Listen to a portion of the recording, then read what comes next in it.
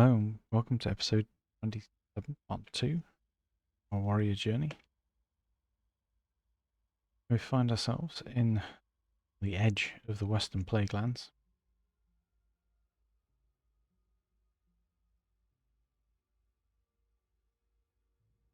And we'll be continuing with questing.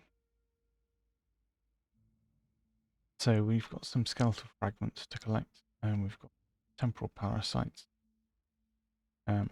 We've also got the quest at the Writhing Haunt.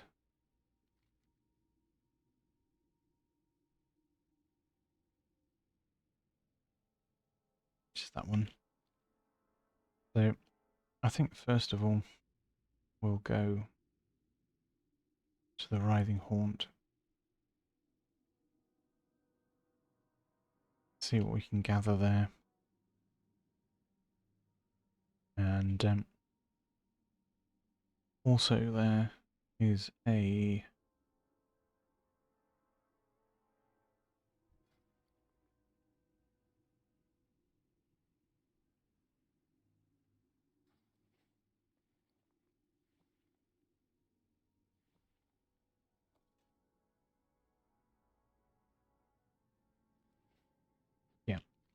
so yeah, also there wildlife quest. And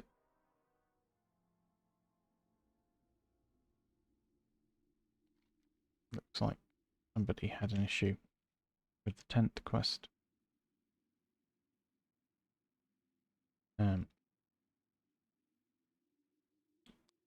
So the wildlife quest has a problem in that the wildlife that you need to kill to complete said quest shares spawns with spiders in the area.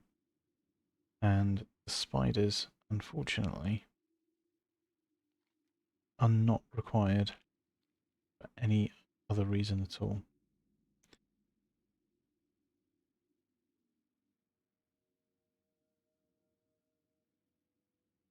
So we want the wolves and the bears, not the spiders. Certainly do not want freezing ghouls. Those things are lethal.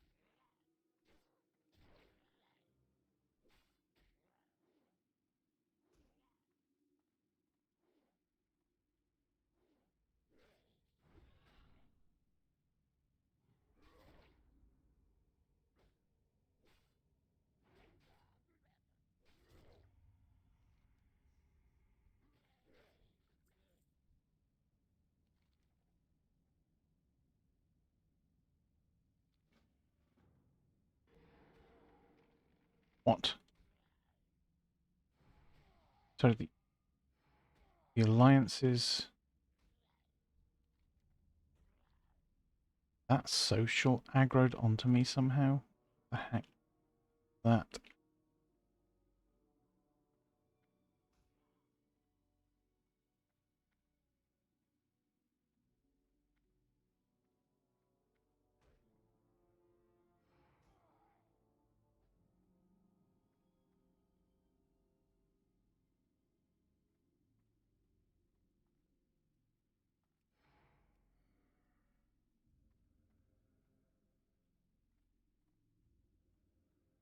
Oh no, you're kidding me.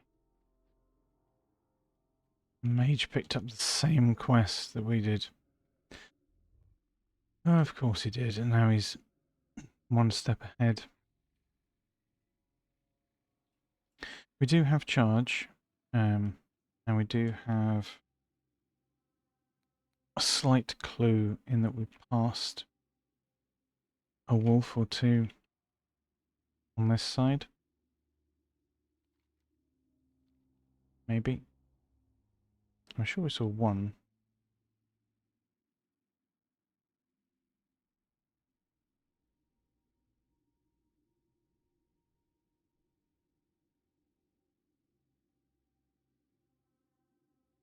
No, it's straight into Mist Lurkers.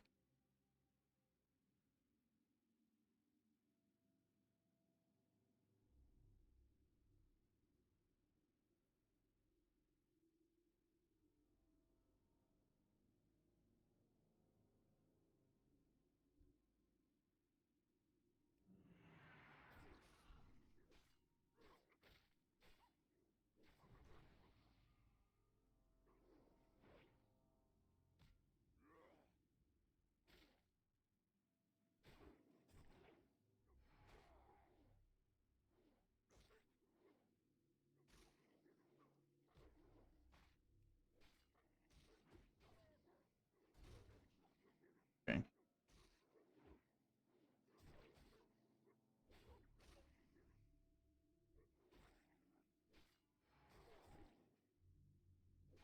So there can be some up in the hills. There can be some like all up around this lumber mill.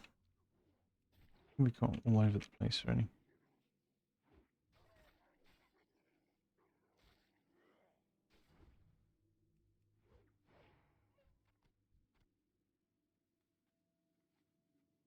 Unfortunately, we are now directly competing.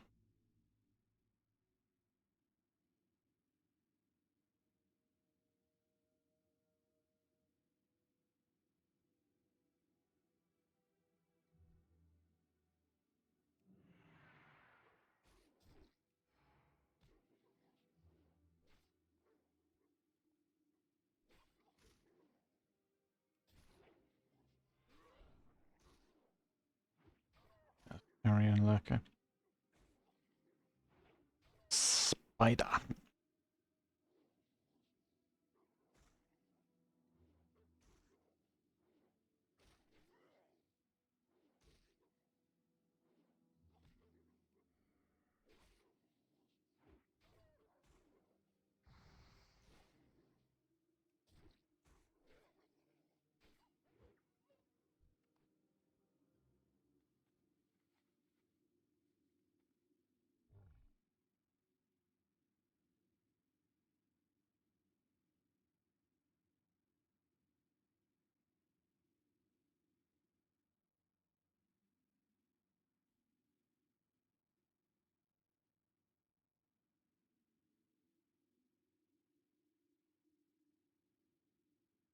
No.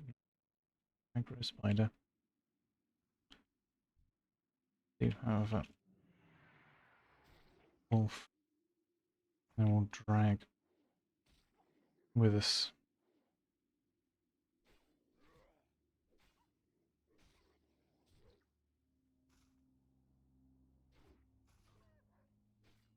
Are we?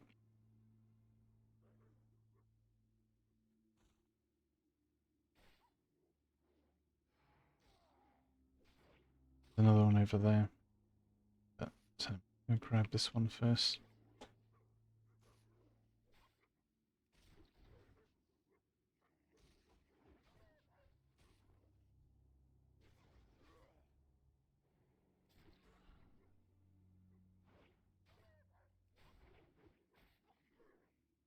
We'll go over that side in a moment. Mount up. We know where it is. Mage hasn't seen it.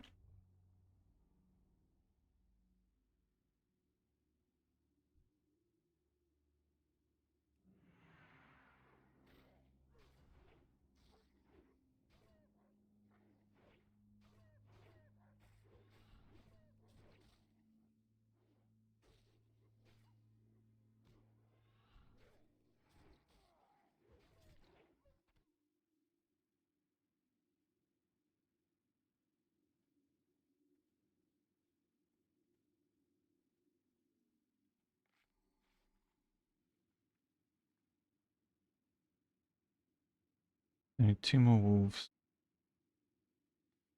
If we weren't competing with this mage, would have been done already, which is annoying. But it is going considerably more quickly than last time still, despite that.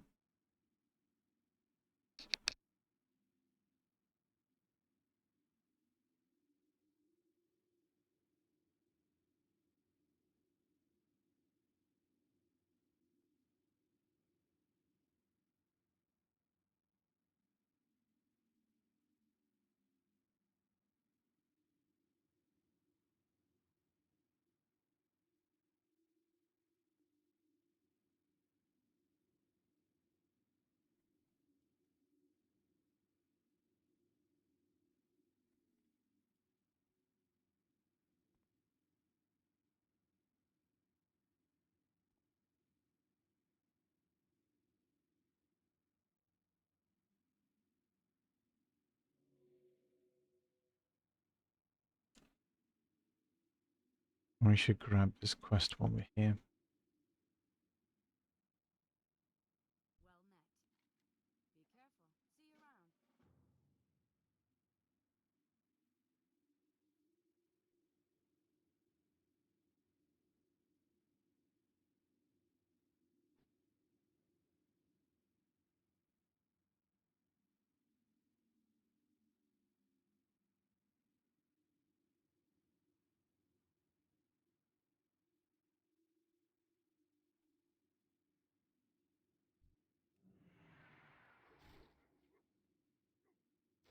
Just one more after this.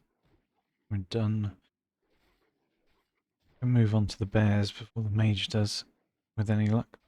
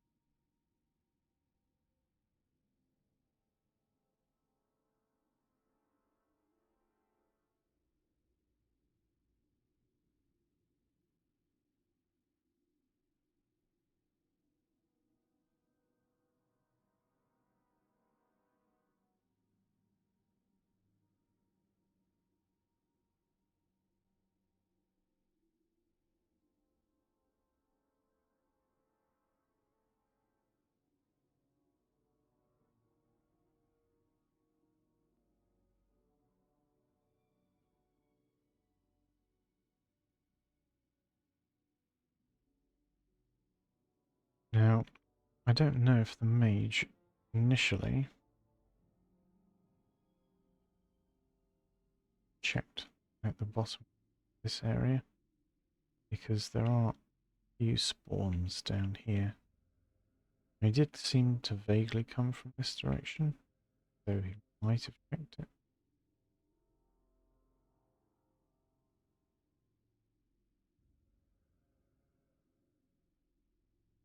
It's just ghouls.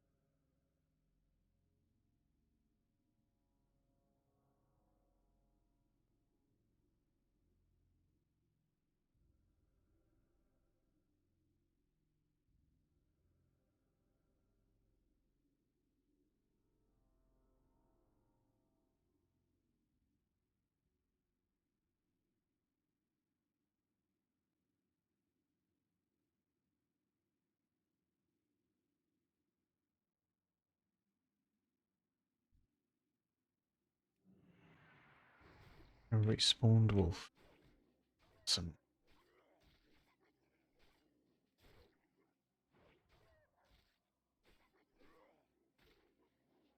Also, why did I not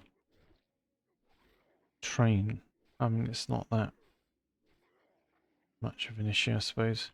Like with Sunder Armor in dungeons or against very specific mobs, so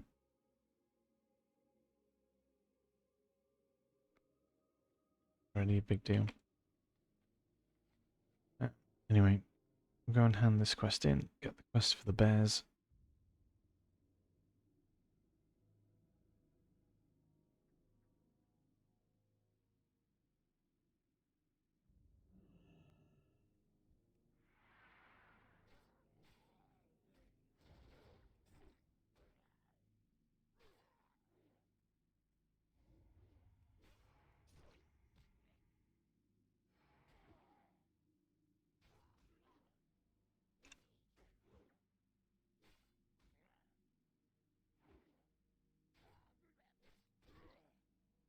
Also need to clear this, don't we? Need to do the Cauldron Lord.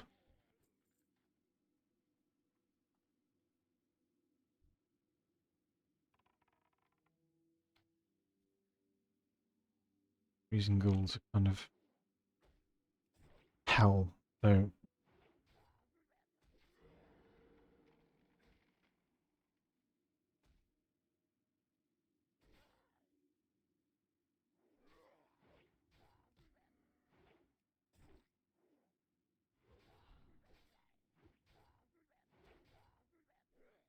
The worst is when you get 2 or 3 of them, like you just chain frozen. It just keeps refreshing.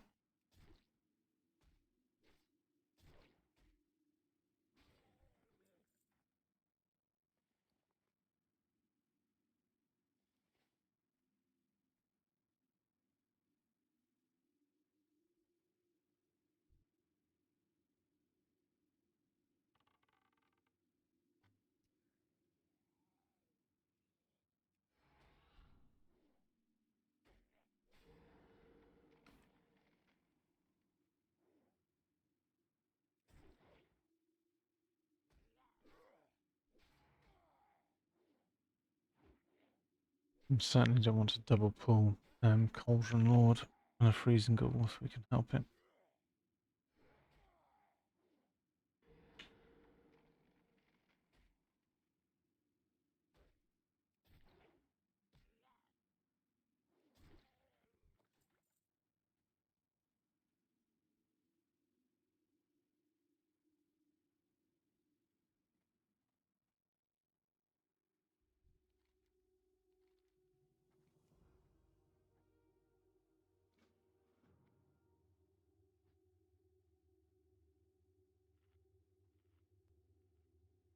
I want food buff for this, I think.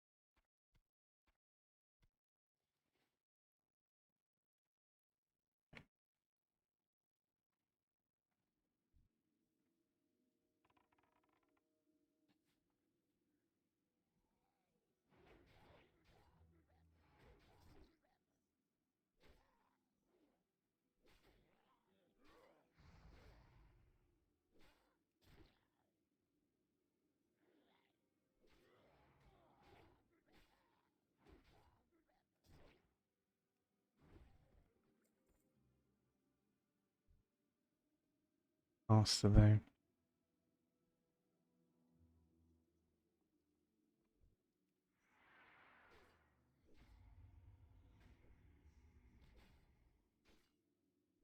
So the caster, it's probably just going to stand there and not shift.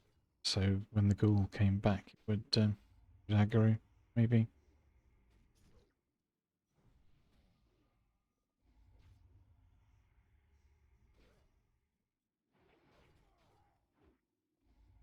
Just want to be really, really respectful of these mobs, because when something goes wrong here, like it really goes wrong, not just a little bit wrong, but like really, really, really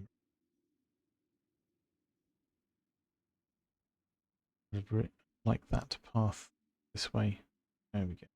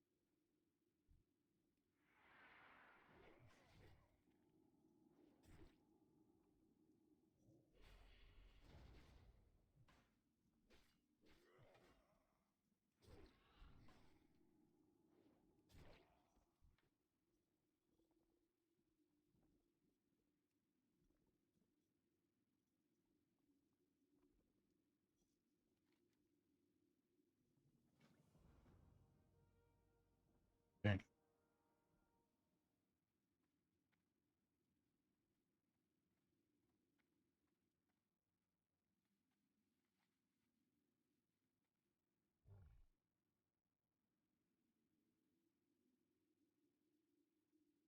So currently we should see diseased grizzlies in this direction. But likewise they share spawns.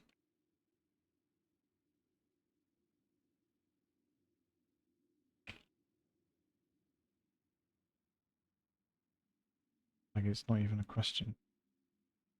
You're trading 5 int, 7 stamina, or 21 spell power.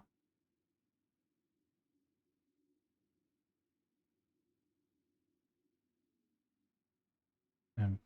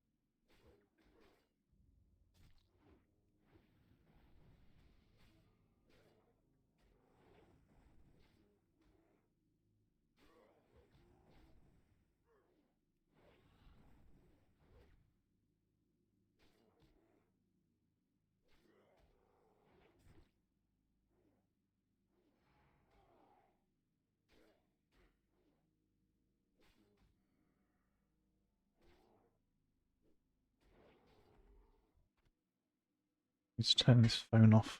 Hang on.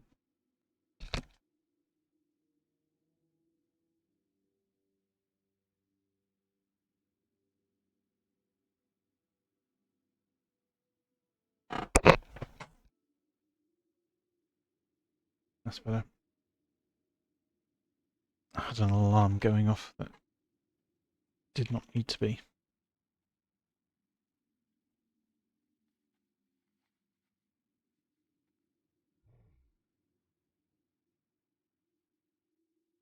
Don't need spiders. So few grizzly bears.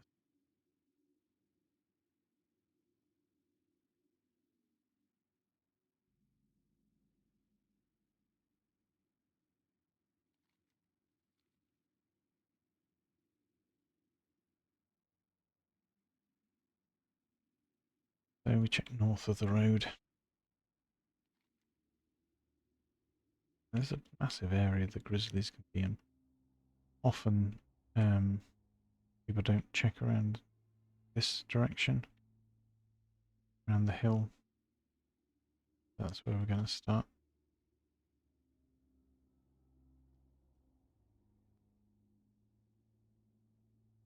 It's like up the top there.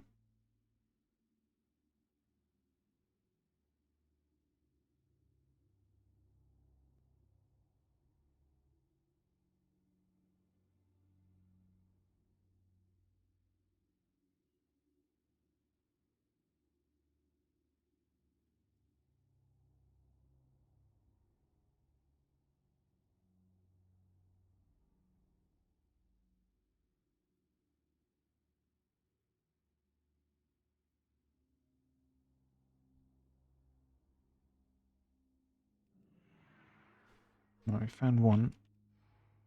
Normally it's more like 2 or 3.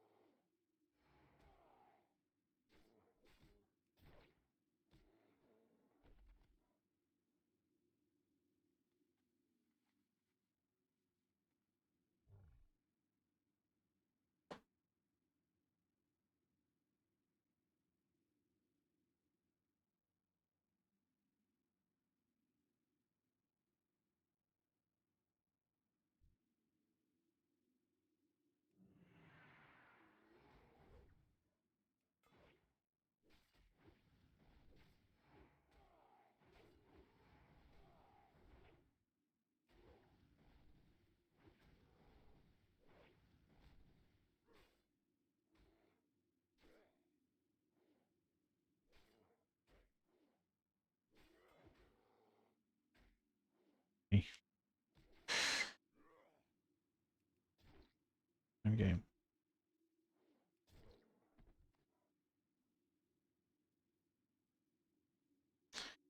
At least it's just a kill credit quest. If it was items as well, this would be a true nightmare.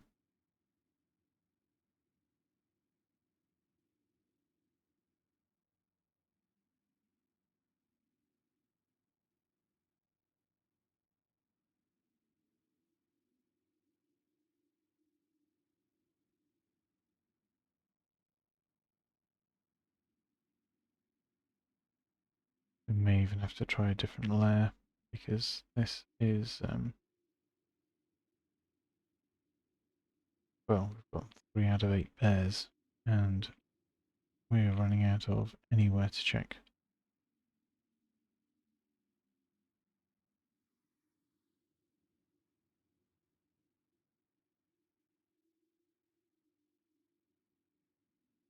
At least these spiders don't web.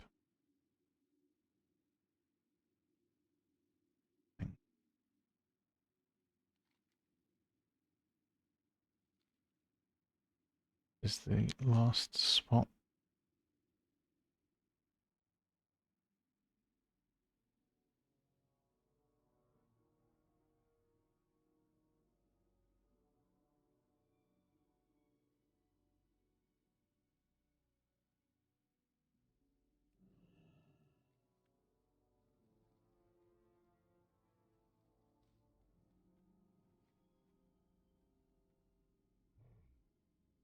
Yeah. Okay. We go to a different layer because that is impossible. We're on 3. Let's go to 4.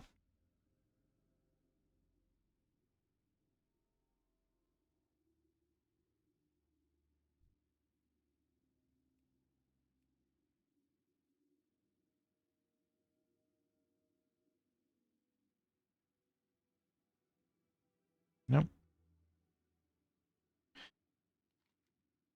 Now we'll do the trip in reverse, I guess.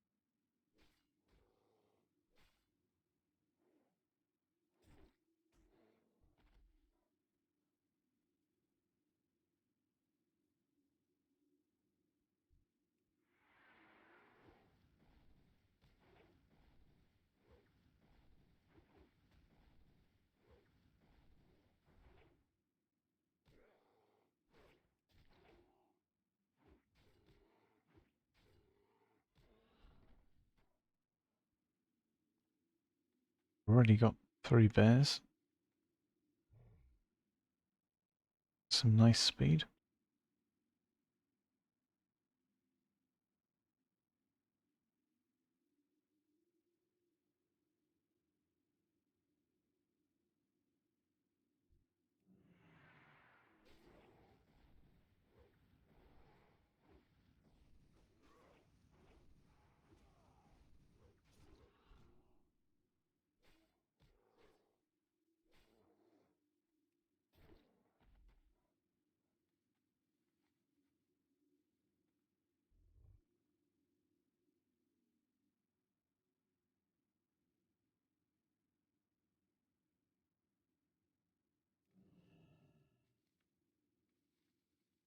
Nice. Yeah, need one more. Or 2.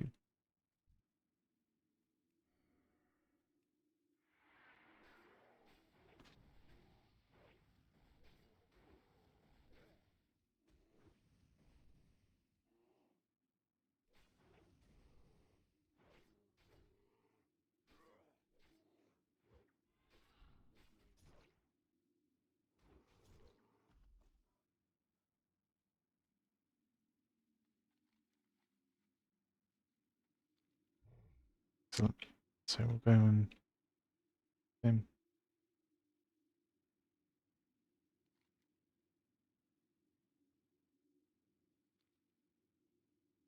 we can consider unfinished business and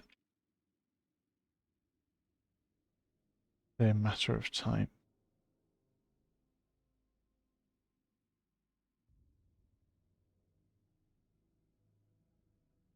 We haven't progressed anywhere with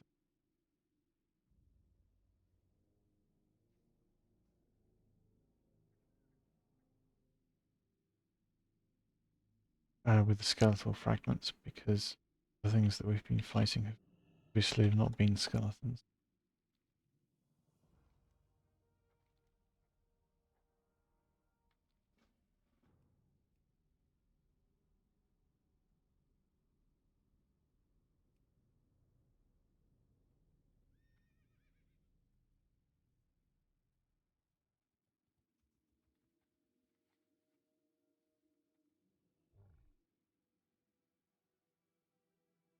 That's an easy hand in anyway. We can hearth and complete that.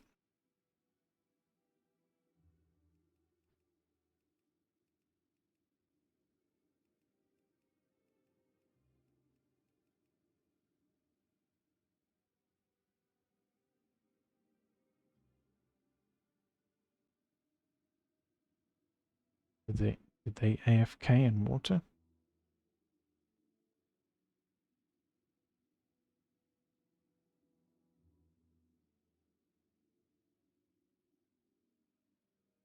That would be particularly stupid.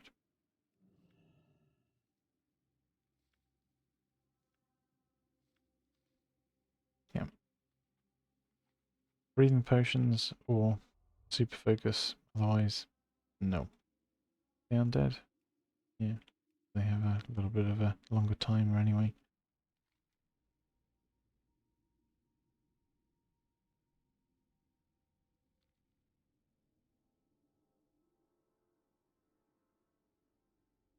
Let's hand in.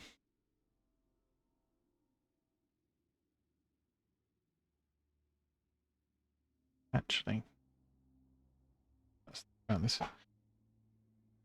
We need to go to Norris anyway, so that would make sense with the Hearthstoning and Thunderbluff hand in. So we want to farm skeletal fragments next. And so we should probably do temporal parasites. Right. So to talk about the temporal parasites, that's the next thing we should do. They come out of these silos. You use the temporal displacer near a silo, and the parasites get kicked out of it, and you have to kill them. Now, if you are too near multiple silos, you will trigger multiple things, and that is very bad. even if you only trigger one silo, you get between 1 and 3 mobs. These mobs do I think it's a 60% slow. So you're really not getting away from them anytime soon. So what often happens is that they run people down, and that's the end. So we don't want to be fighting them here because there's nowhere to run, there's danger all round. It's really awkward. It's just not safe at all.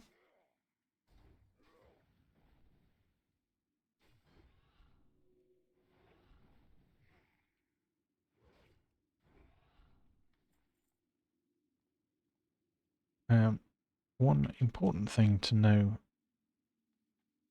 about the parasites, like a lot of creatures around here, is that they can't swim.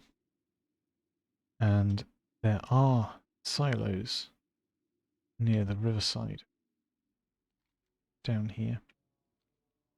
And so those are the silos we want to go and use for this quest. There's only one set that's particularly close to the water.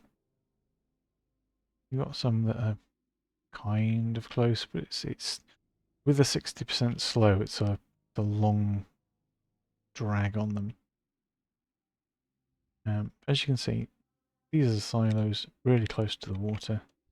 That's where we want to be going.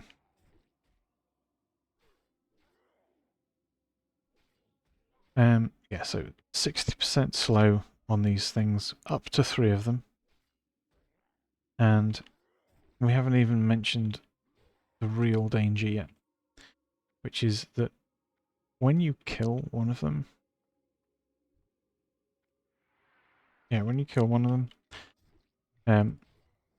it has I think something like a 50% chance to replace itself and summon another one for you to fight. So if you imagine you would fight 3 and then kill 2 but still be fighting 3,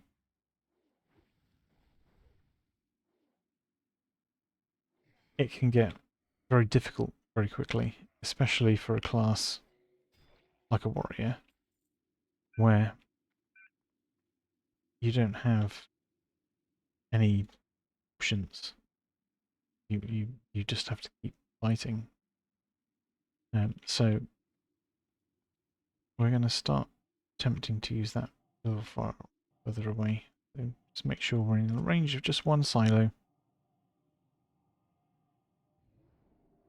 Summon some, say it's 60% slow and time between attacks increased by 54%. Which is a massive deal. We did not get a resummon. Good news.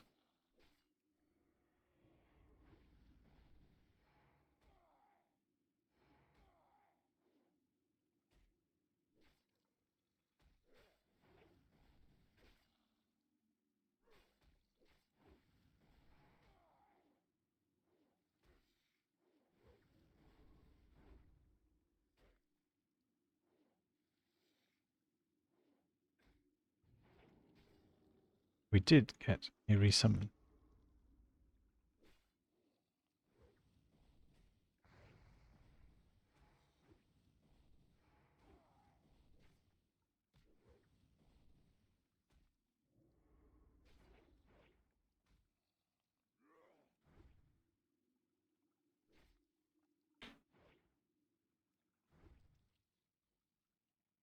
And we did not get a resummon. Cool. So first silo down, summoned 2, killed 3, ended up fairly low. And we only had one resummon.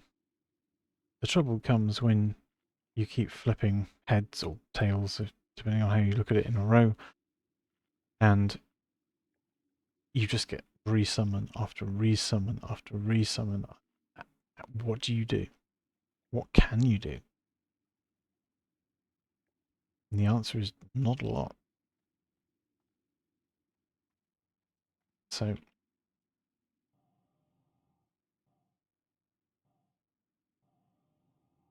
just in range of one silo, not two. It's one. Oh, keep them debuffed because this can potentially be a long fight.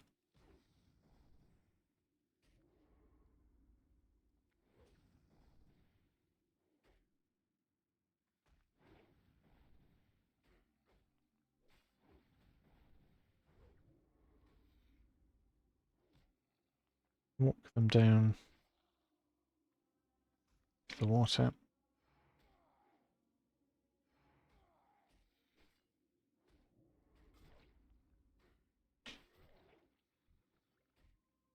Didn't get a resummon.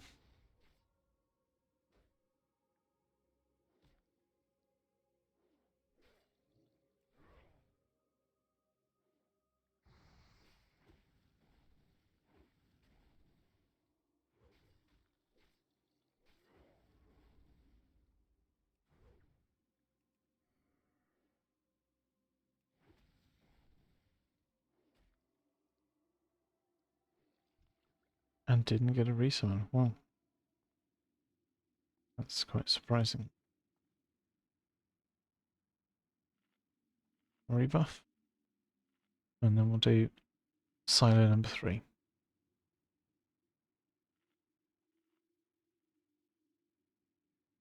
Now, I'm doing these both sensibly, respectfully, and we've got really lucky on a respawn RNG.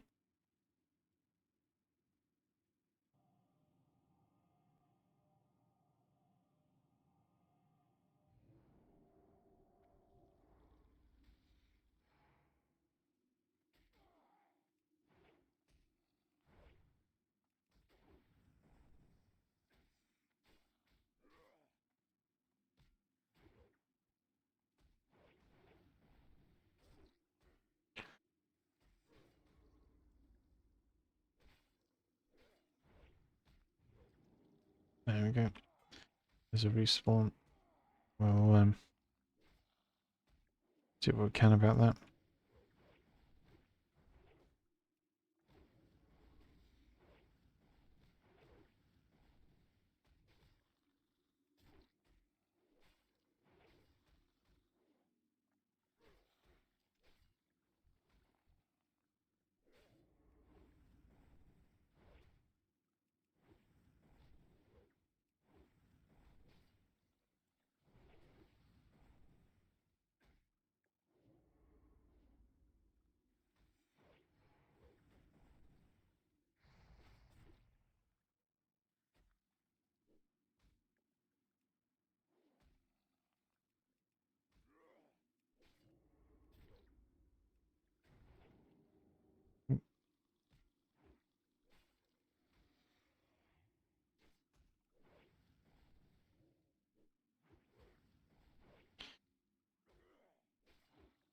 If it was a higher level one, I might think about even having reset already.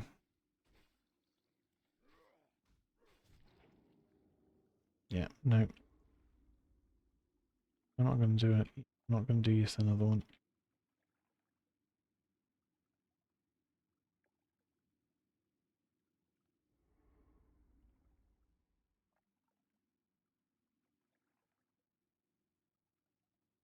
We just bandage and go back in. Wouldn't be the worst.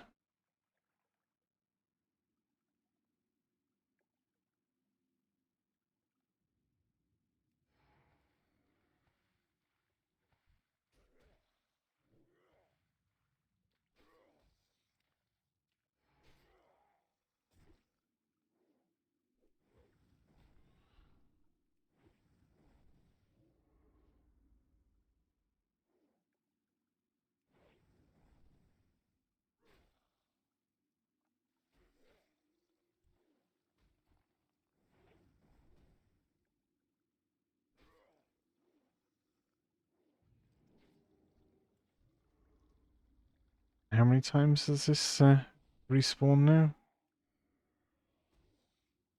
Is that 4 or 5? Like, imagine if this was if there were 3 of them hitting you and this was the first one you tried to kill. You'd have multiple dead, and you'd have another 2 beating on you at the same time.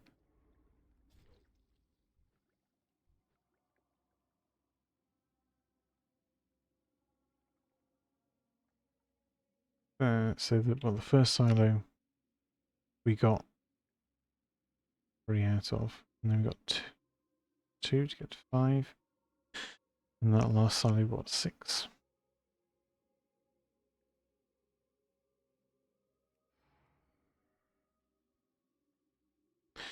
And the silos are back up and active now, so we can continue.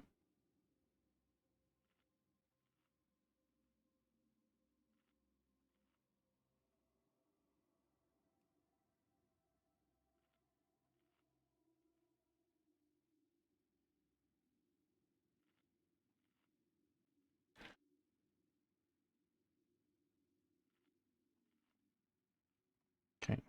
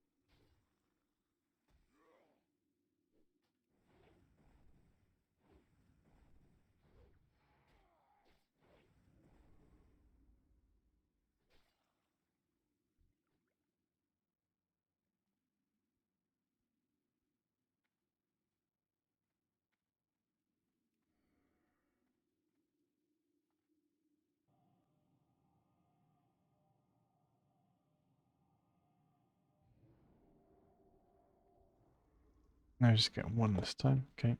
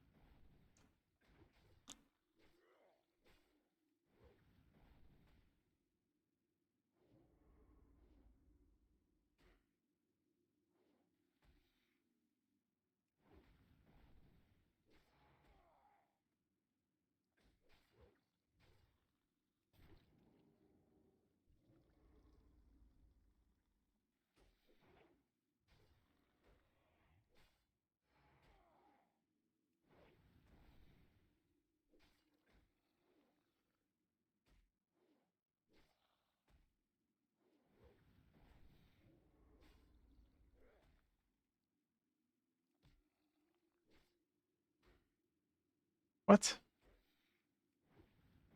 Nothing wrong with fast ones.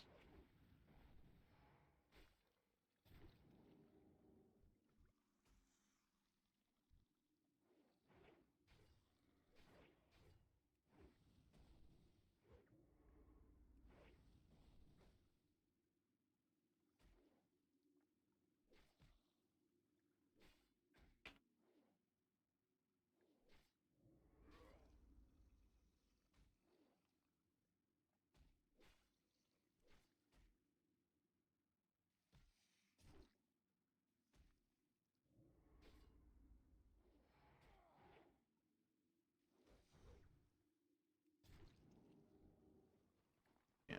Okay, I'm not gonna. Nope. That will do.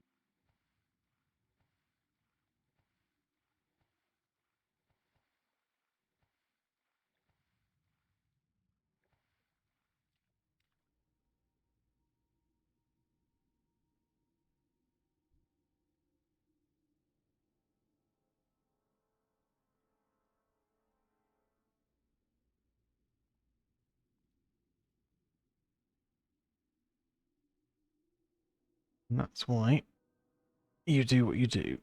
That is why you use the river.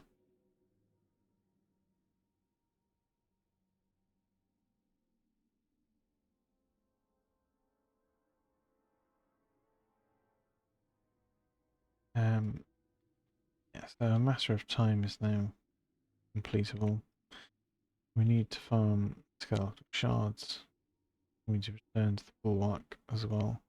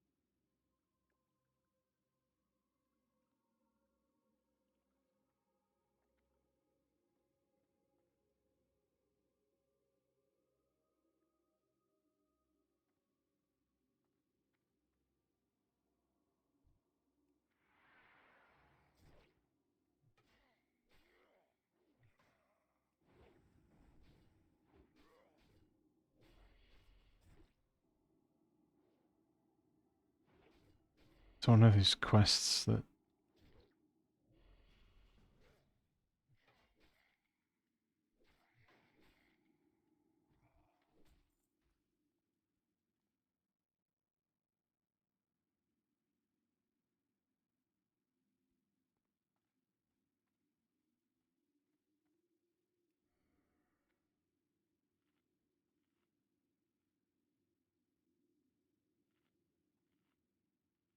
could be able to lair here if needed.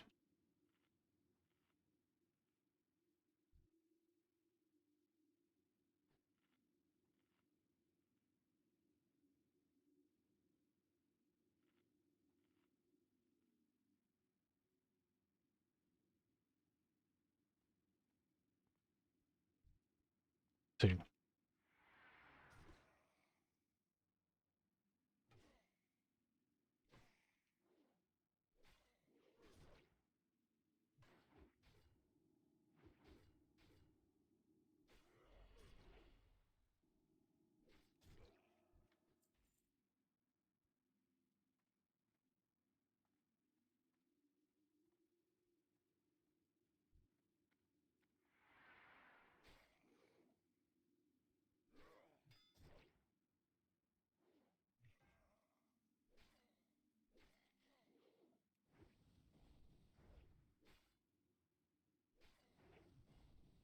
Yeah, so we need to go down that way to do the skeletal fragments.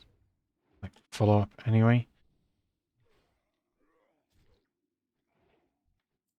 It's fine.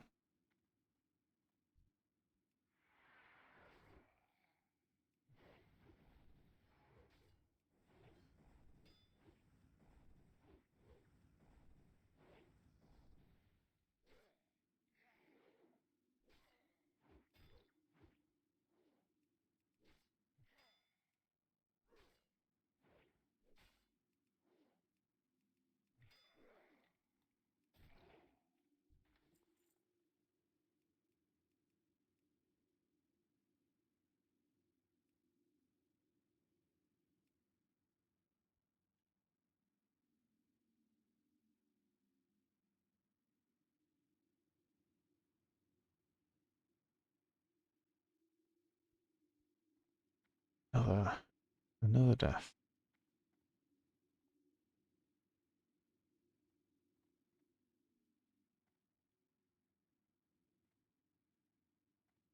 Fine.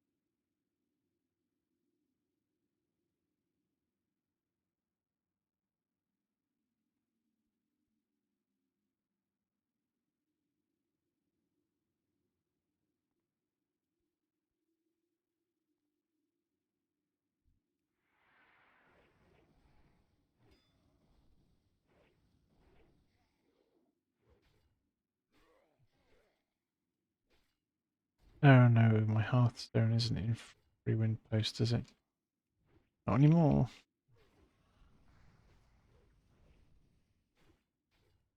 Moved it to Kargath. Oops.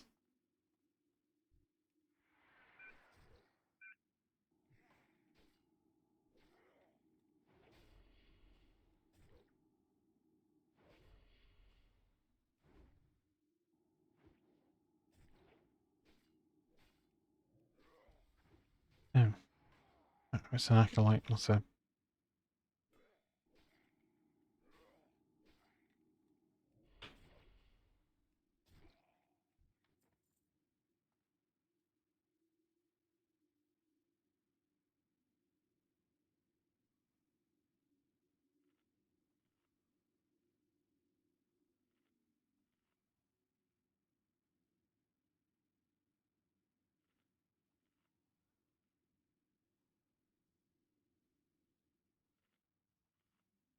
You can still Hearth to Kargath, maybe, and fly down Booty Bay and go to Ratchet. Be the best option.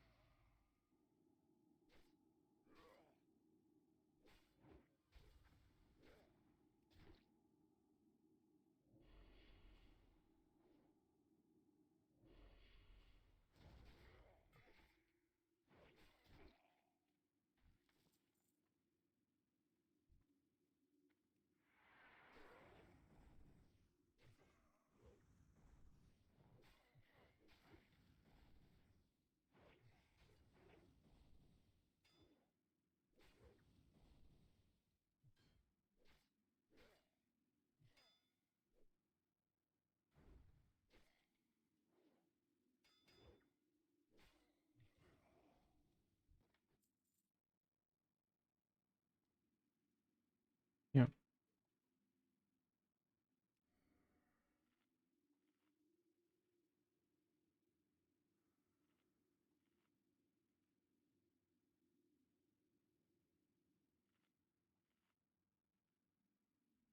Let's go north that way. Avoid the elite.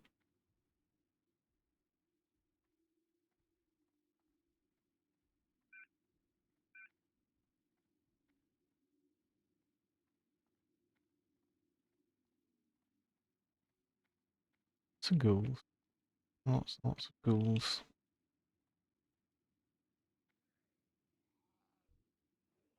Exactly the opposite of what I wanted to do. Not to aggro.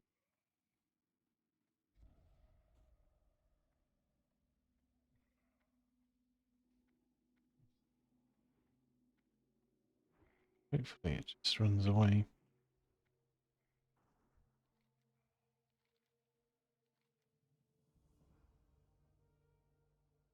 Hmm.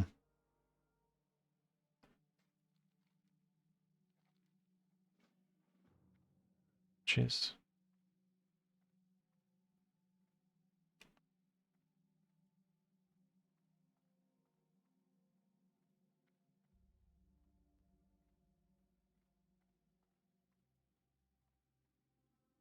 Should be some. These.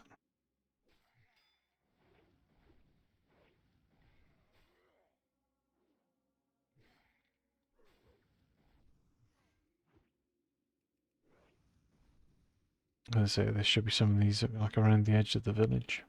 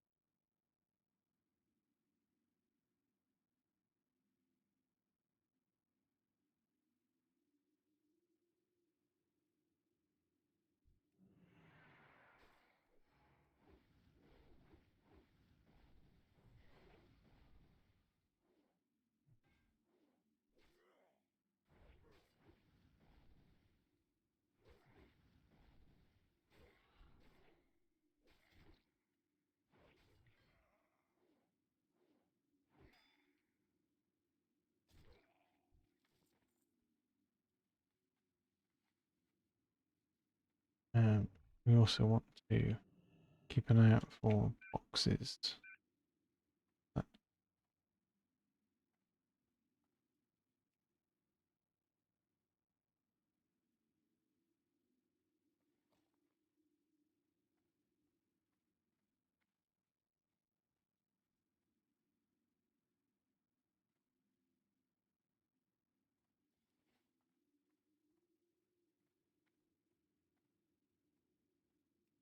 Two.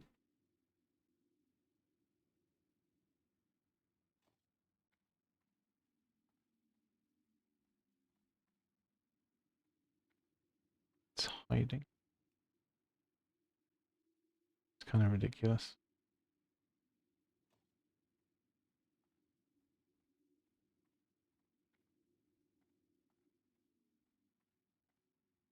Some ghouls. What is going on? Oh,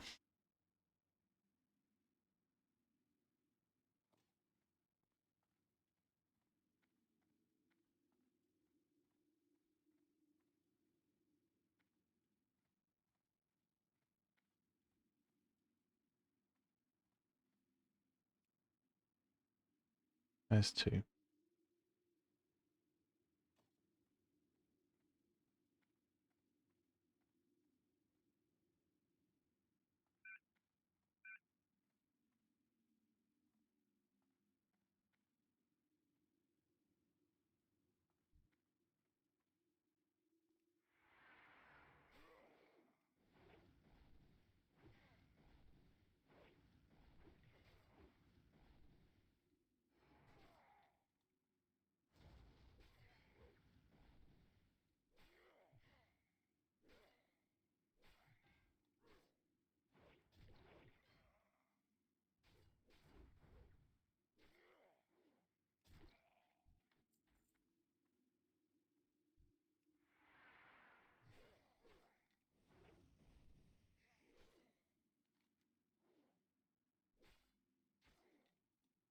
I need to bring them there and then they'll give me a mould, won't they? I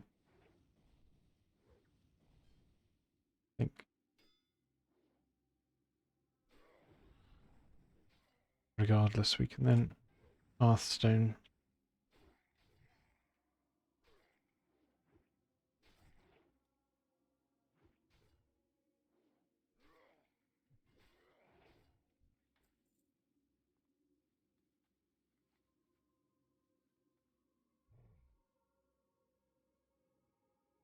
Don't need to hand that in right now though. Go past the soul ghoul.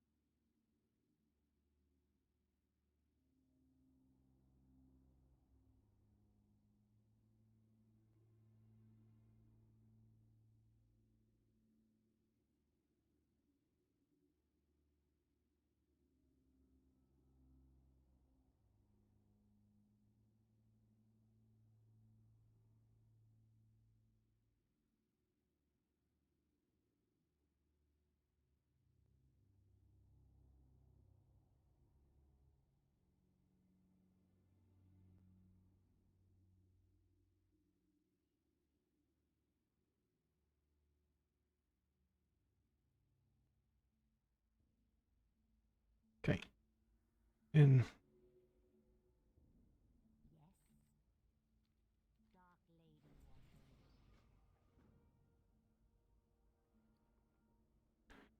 It's all a bunch of nonsense.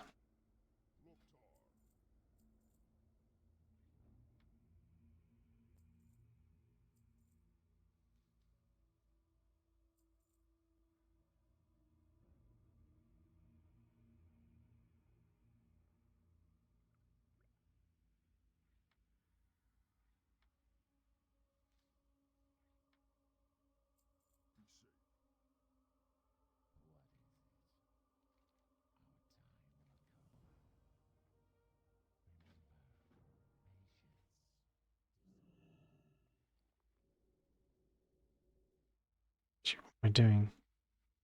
Why would I hearth to Kargath and fly when I can go to the Zeppelin Tower here?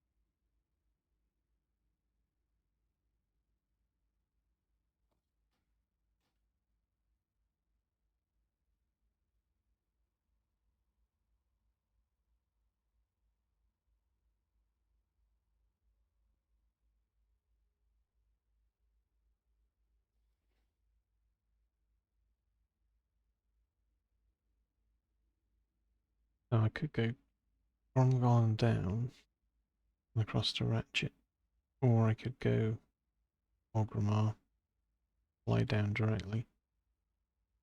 It really depends if this Zeppelin that's tower leaves before I get up the top or not.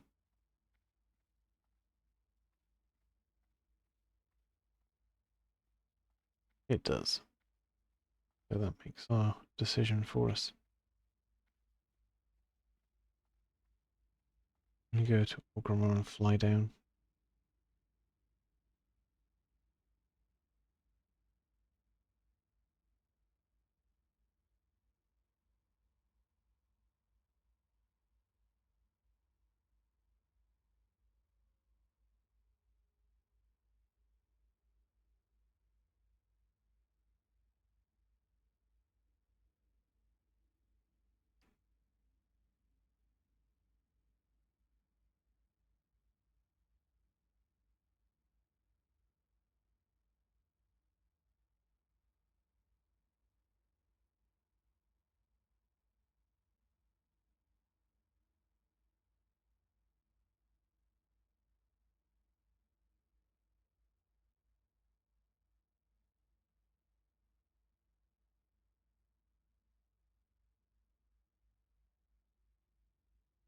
Just a third of a level to go.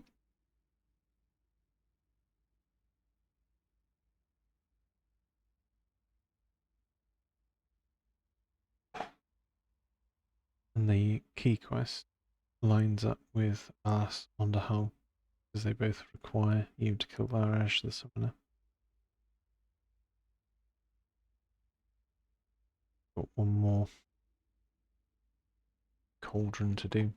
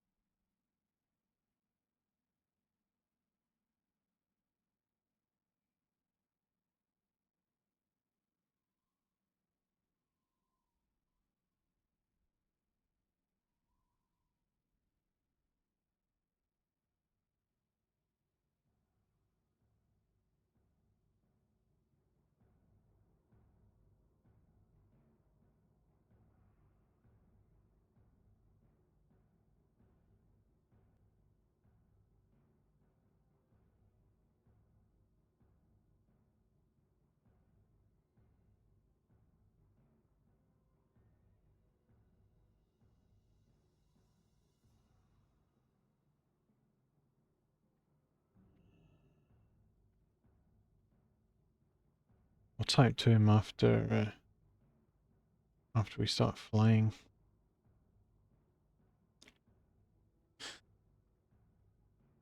Must.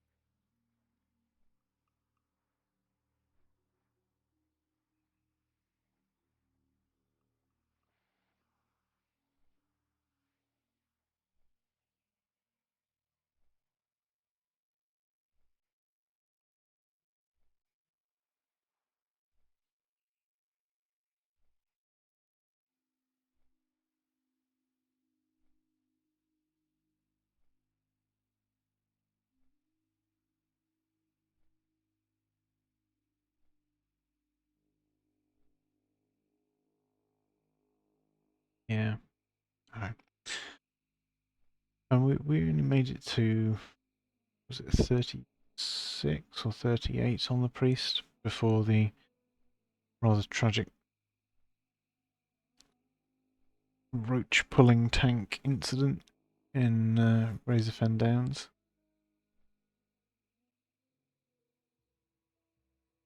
But it still felt more interesting to play than the warrior, in my opinion.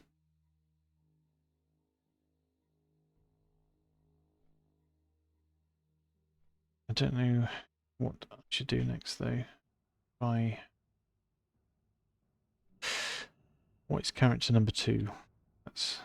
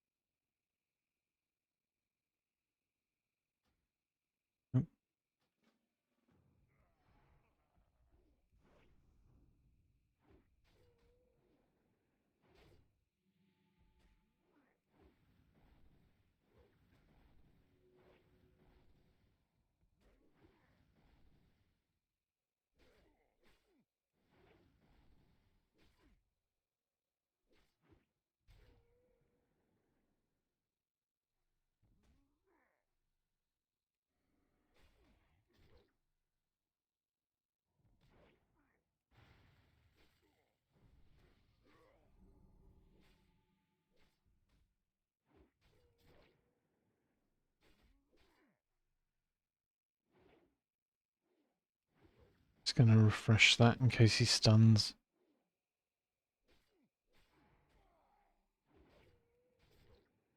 Don't want Sunders falling off.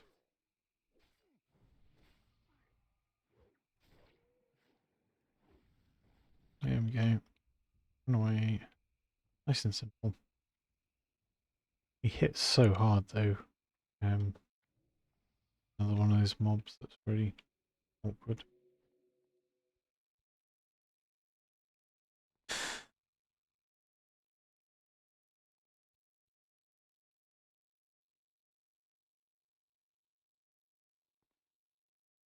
Yeah. Yes, he does hit very, very hard indeed.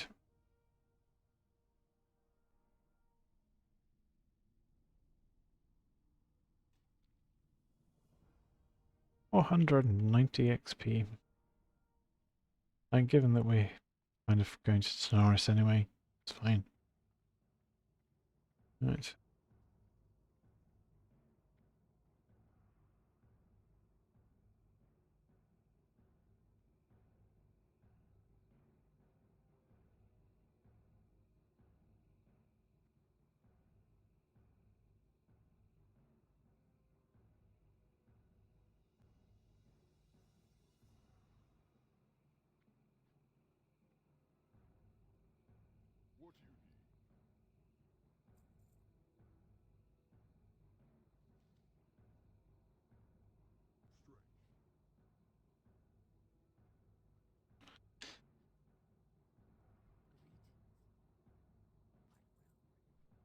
So the mold starts in Tanaris Gadget Zone and takes us into the crater. We'll see if we can complete either of the longer time quests.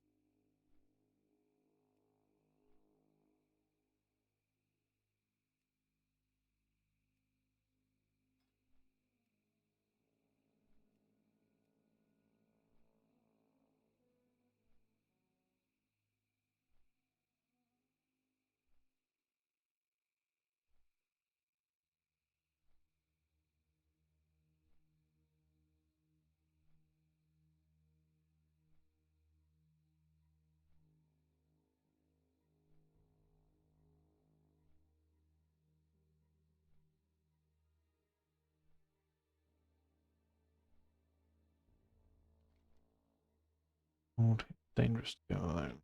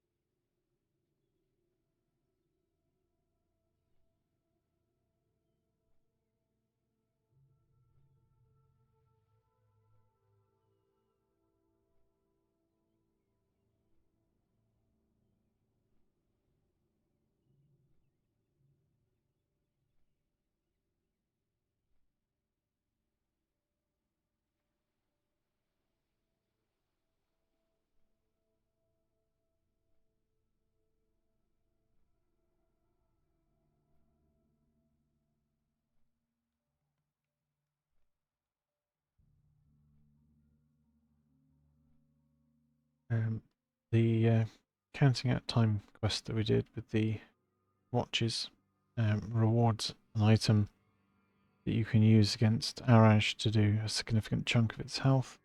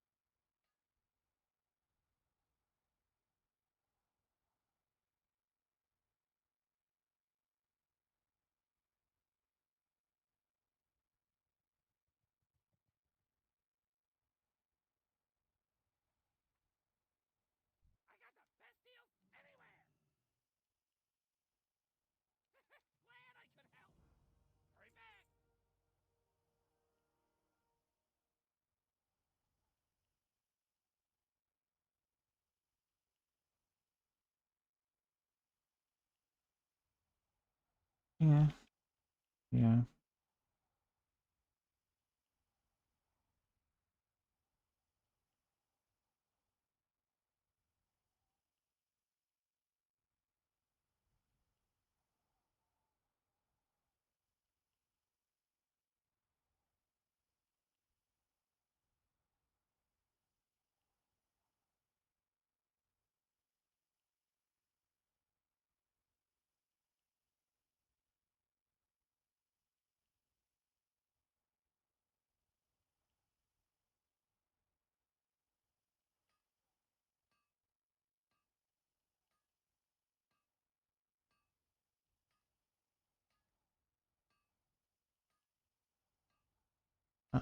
Now that is a problem. Key mold, but 2 thorium bars. I complete this on my Warlock post 60. I think I might.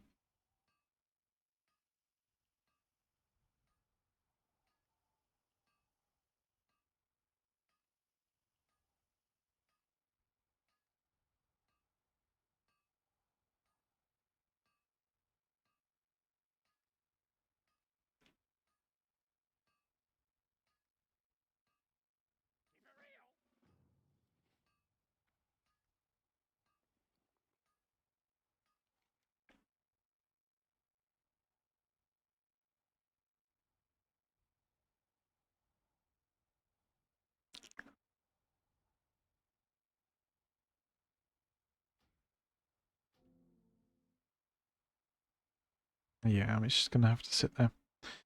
I mean, we can get thorium bars in 31% of a level, so there's that. But that doesn't make it very helpful.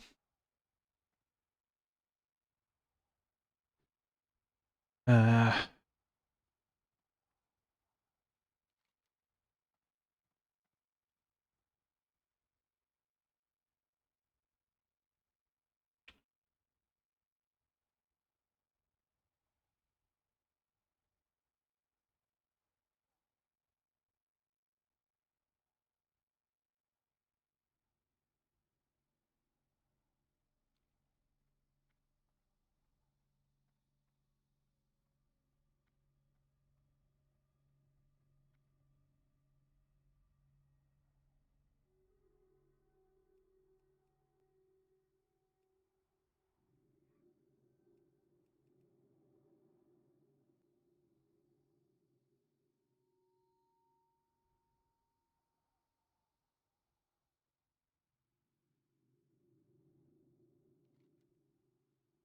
do we go in?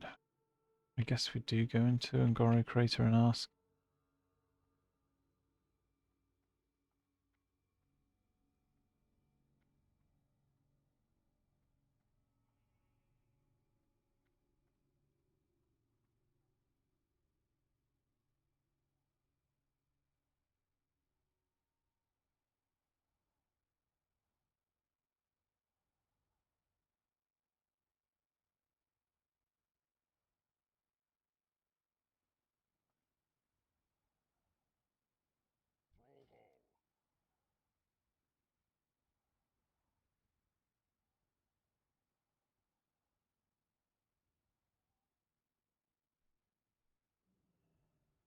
Yeah, let's go there and ask. If there's nothing there, well, it's only a little bit of silver.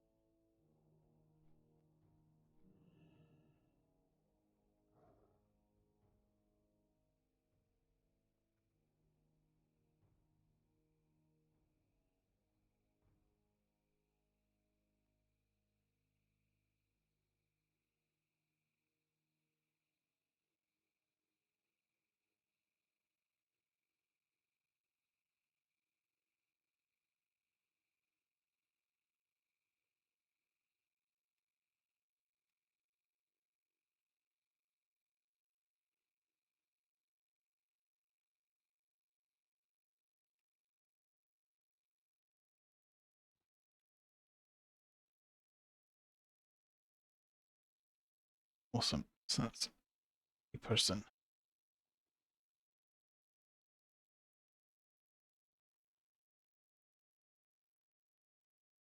Uh,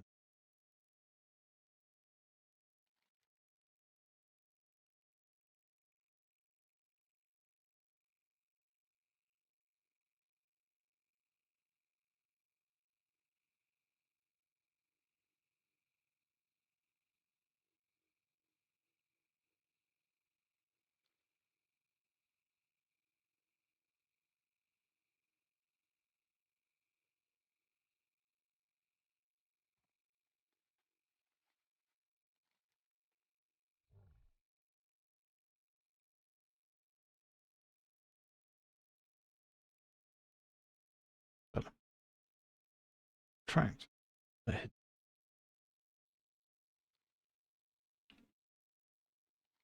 Uh,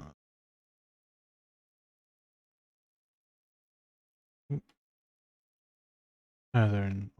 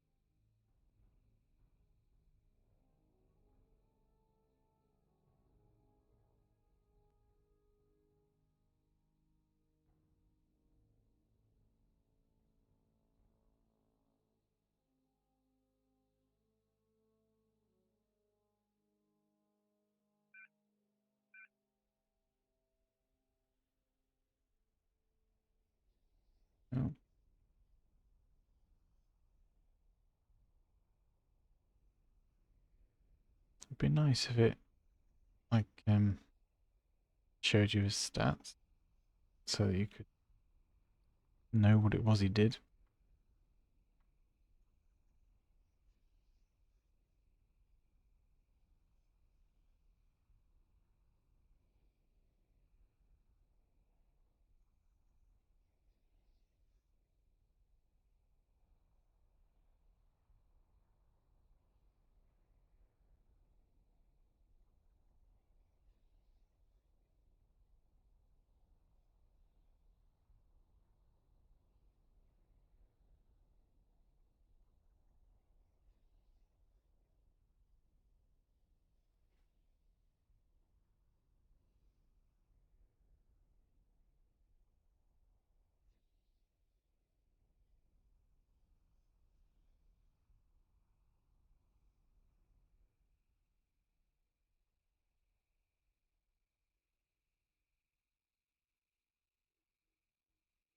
Easier on the ears, away from the very noisy lava.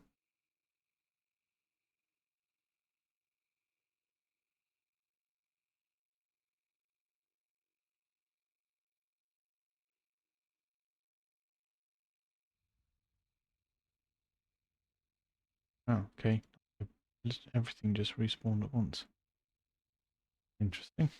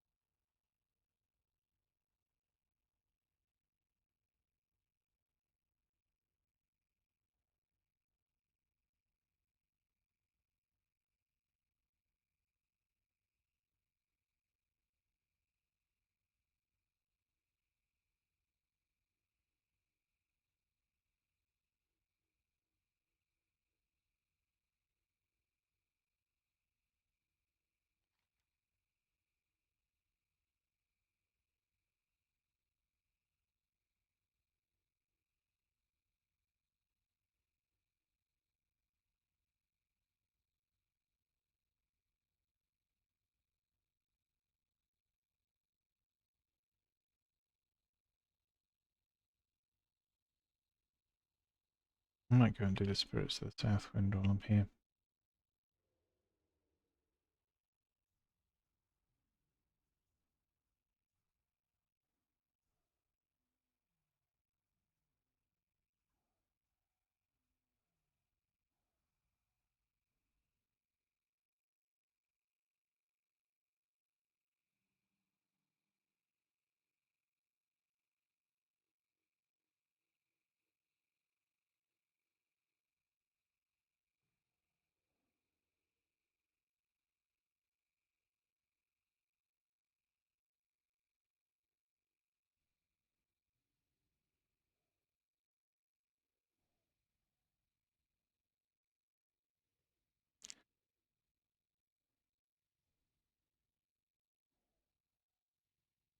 Well, I suppose for some people it is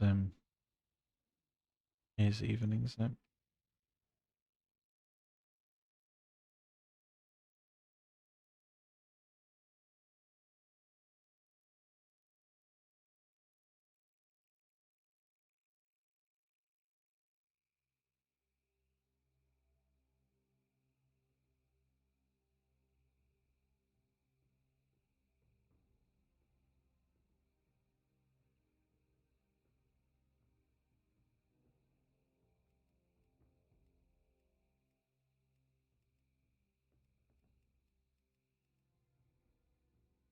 How is Tessie doing?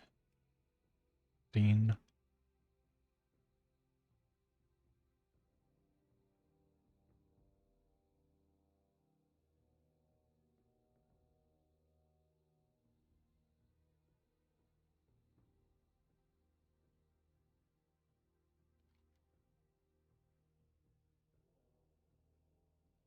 Looks like they've landed.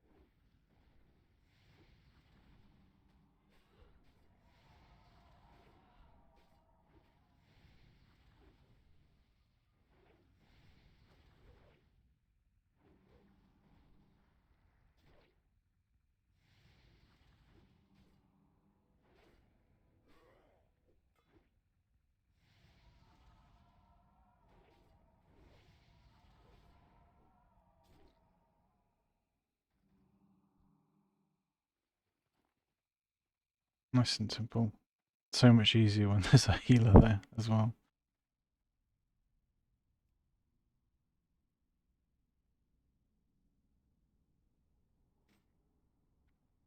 Cool. Done and done. Yeah.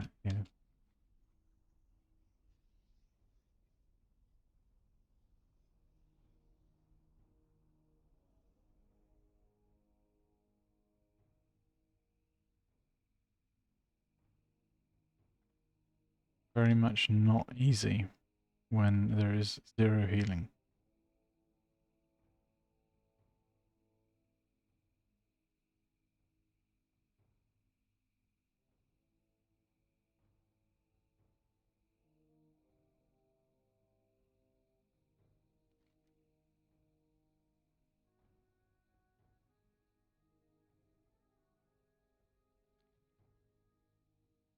Yeah, just over 6 bars away. Not far at all. 69% still.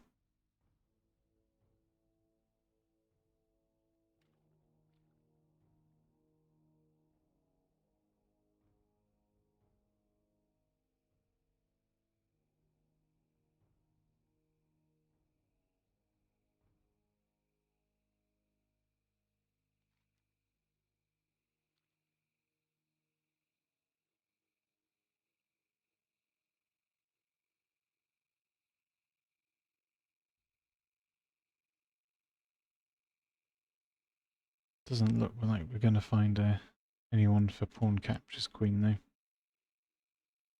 which is a shame.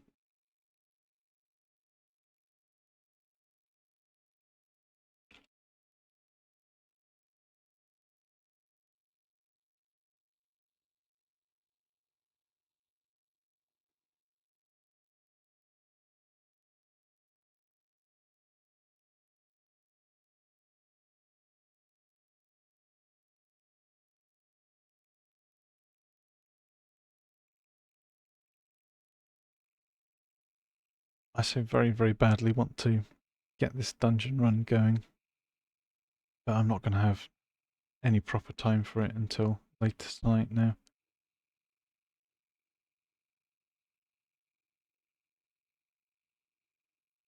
Blackrock Depths. Got all the quests just sitting there. Couldn't get a run yesterday. Couldn't get a run this morning.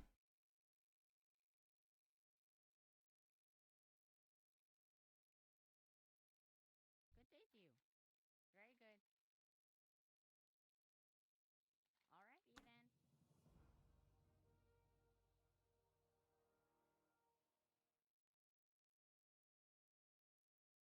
All righty then.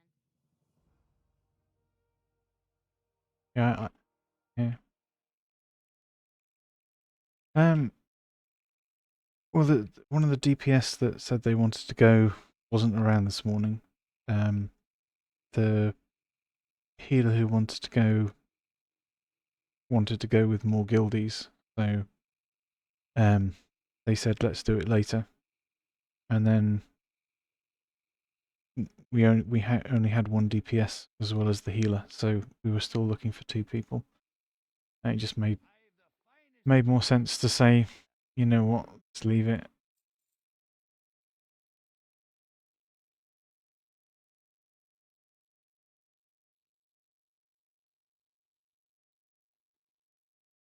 Which is a shame, but nothing you can really do about it.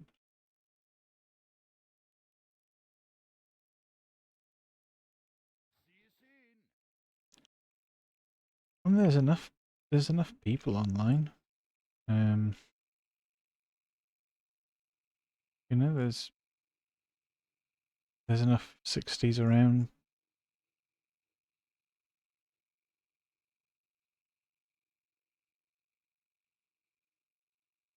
59, 58.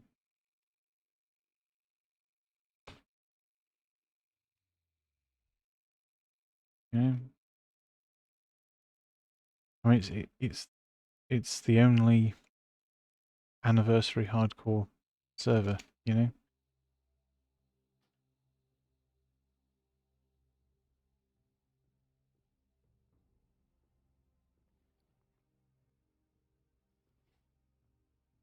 there is no other option for hardcore unless you go on Stitches, which is Naxxramas unlocked, or everything's done and finished.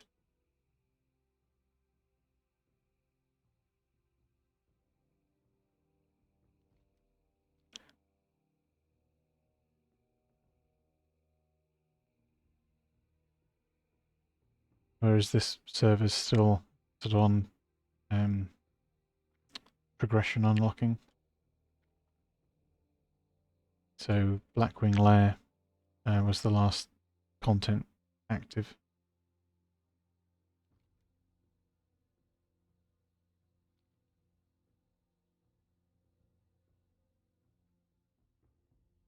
Yeah, there are people. I think there are possibly fewer people on Horde than on Alliance, which is how it often tends to be.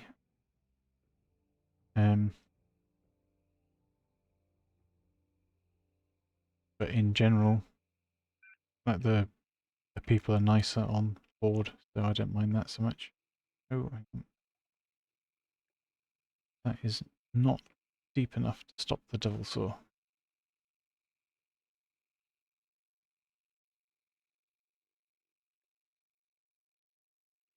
Some of the water is deep enough to stop the devil saw.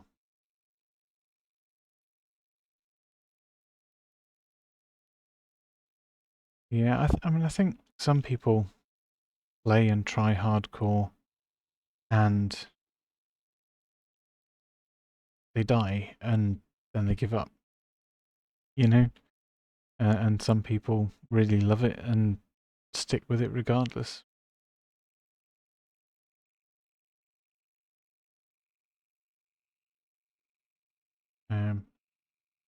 And don't forget as well, there was, for the past few months, there's been the OnlyFans stuff on Doomhull, hasn't there?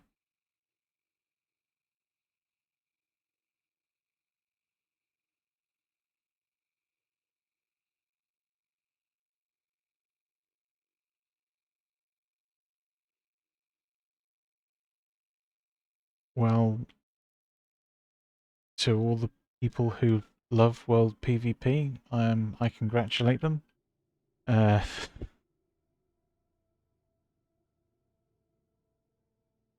I played on a PvP server once a long time ago, and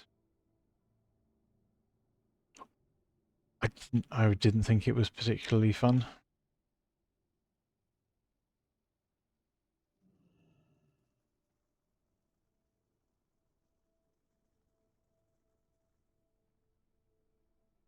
Like I enjoy PvP, but I always thought, you know, that's sort of what battlegrounds are for, really.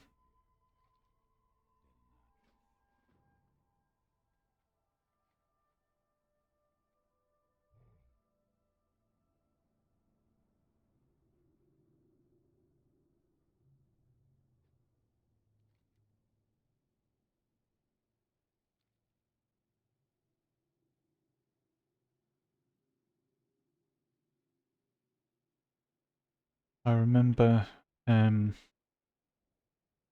playing through, was it up to Stranglethorn Vale during Season of Discovery? I did that on a PvP server. Hey, that was not fun. Um, Even the Ashen Vale, like open world PvP, was just masses of people and lag, and you couldn't do anything. And whichever side could not do anything the least found victory.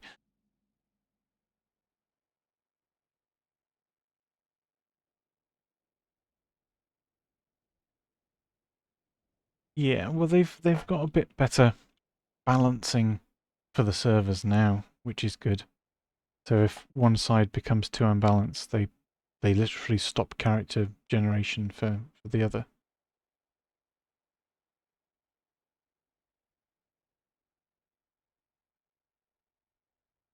Yeah, it's not fun. Is it? You know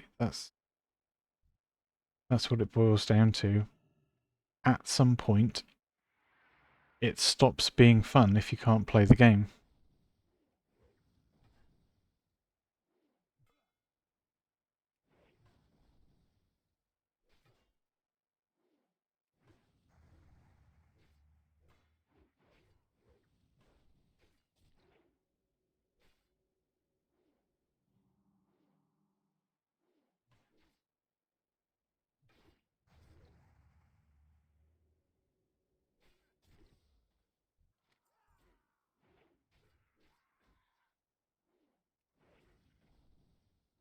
And at some point as well, you end up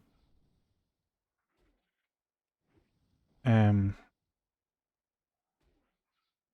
having high levels wander around lower level areas, thinking it absolutely hilarious that they're going to destroy the lower level characters, right?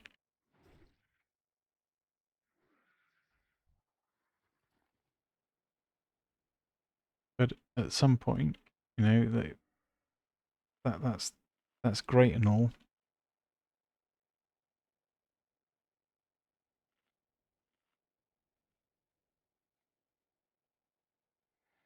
But at some point, if you have the other faction doing that, you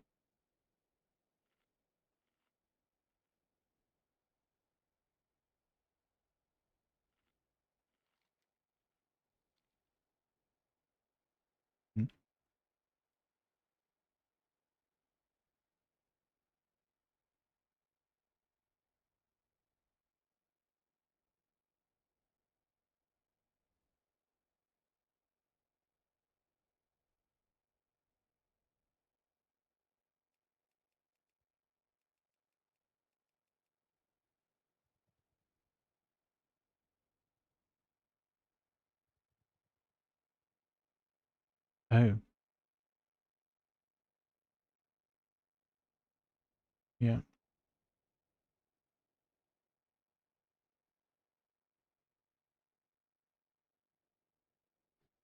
Yeah, I mean, I think hardcore is much more fun than regular. Why is this a 55 quest with 57 mobs?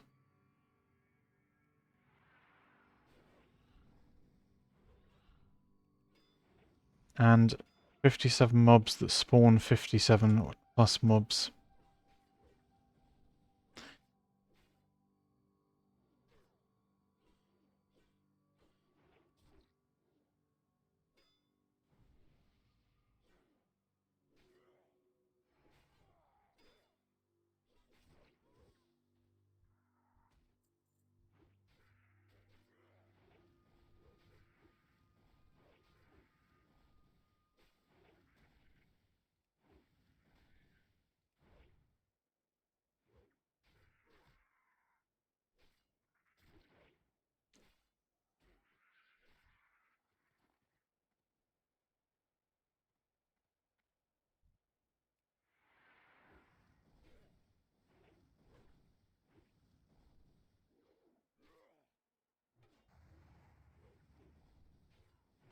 Yeah, I never found the PvP servers particularly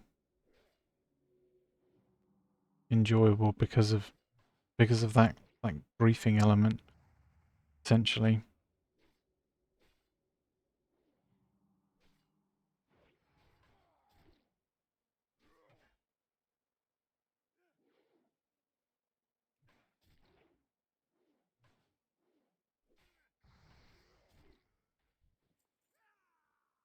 Ah, good. So they don't always summon a bug.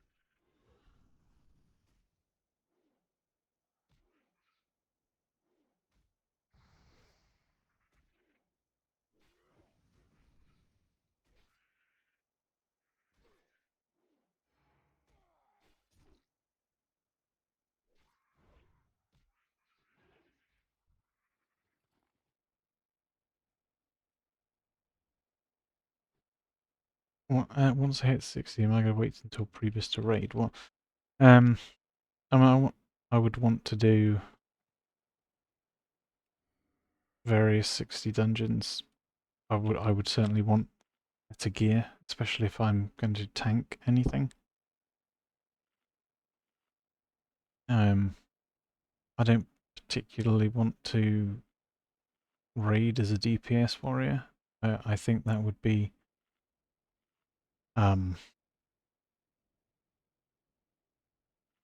of boring, tedious, painful.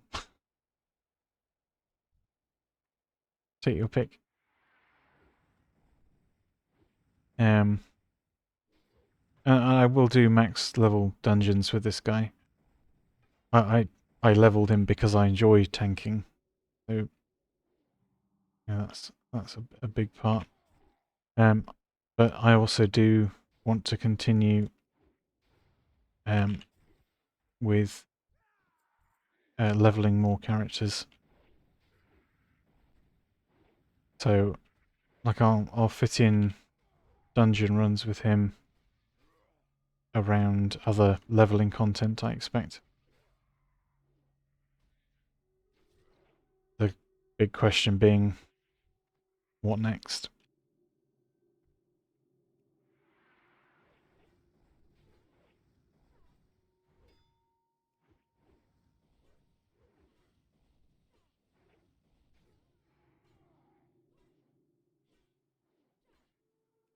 Certainly want to play something that is much less dull.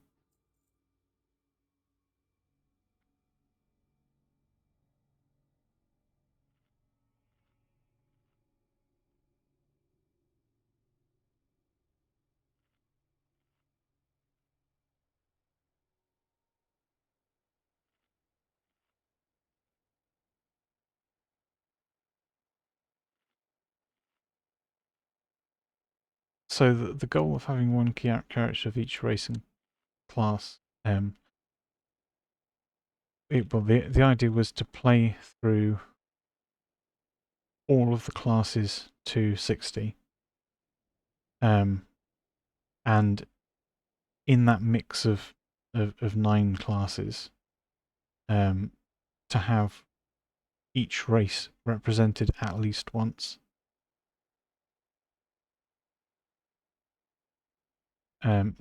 And the idea would be that I want to level them all 1 to 60 without any of them dying on that 1 to 60 journey. So sequentially. So not just leveling a character 1 to 60, but leveling all of the classes 1 to 60 without dying at all. That's what I'd like to achieve.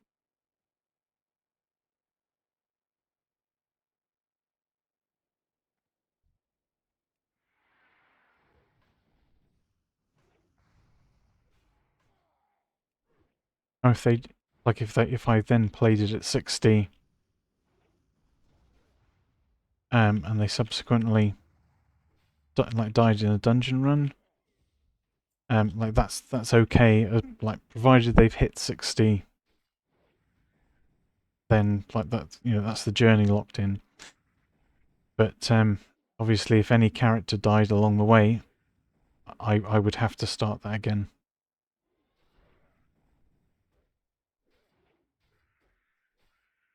I don't want to do warrior again. I really, really don't want to do warrior again.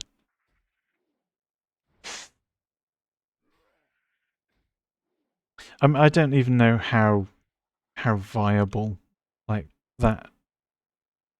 Yes, yes, I do warlock again.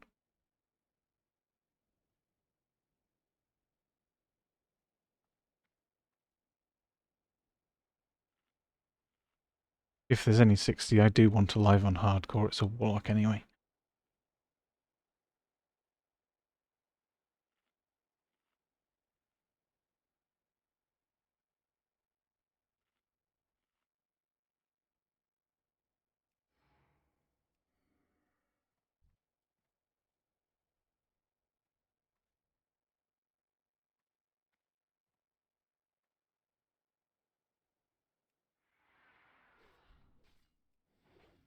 So,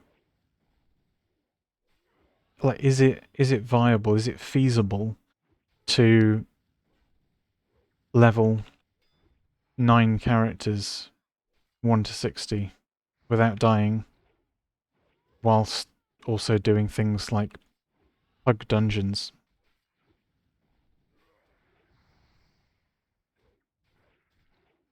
'Cause there's a certain element of unknown risk while pugging dungeons. It's different if you're going with people that you know, but when you're going with pugs, it's much less certain.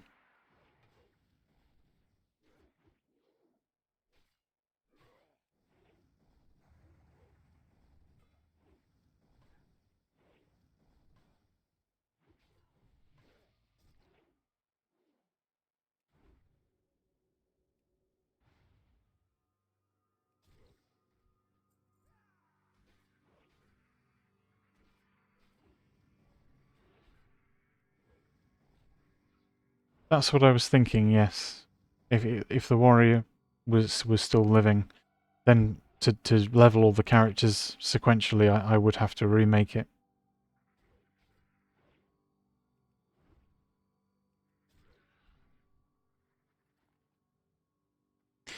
Yeah, that's why I said I don't know if it's really viable or not.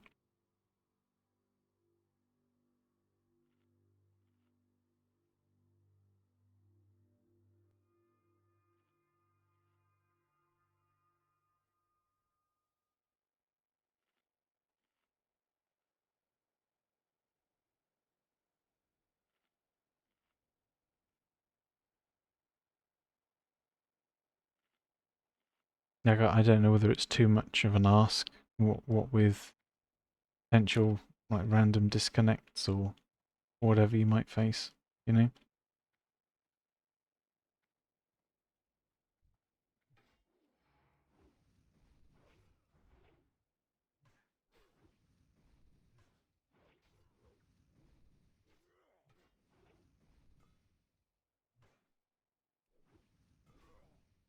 If it was just open world questing that I was doing, it would be doable for sure.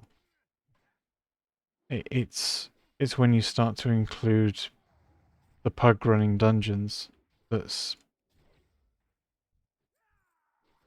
what changes it, I think.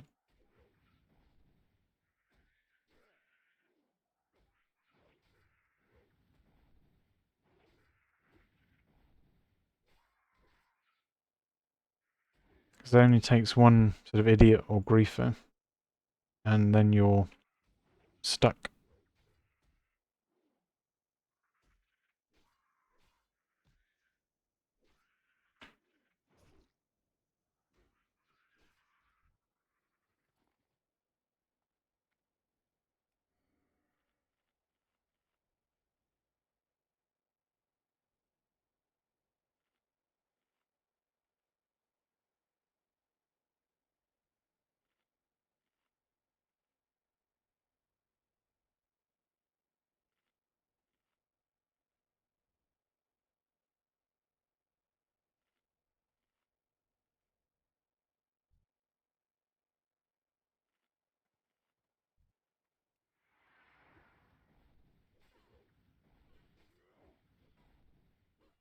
Yeah, I miss even sometimes, even if your roaching skills are good, and you sometimes there is just nothing you can do once somebody does something that's particularly crazy.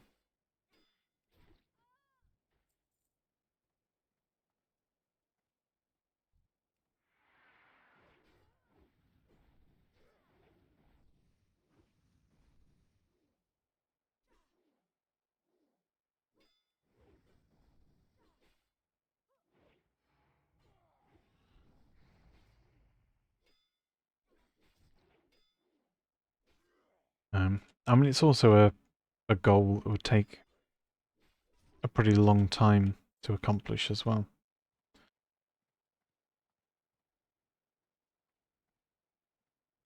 But I figured, as you know, starting off, if I've got something solid to work towards,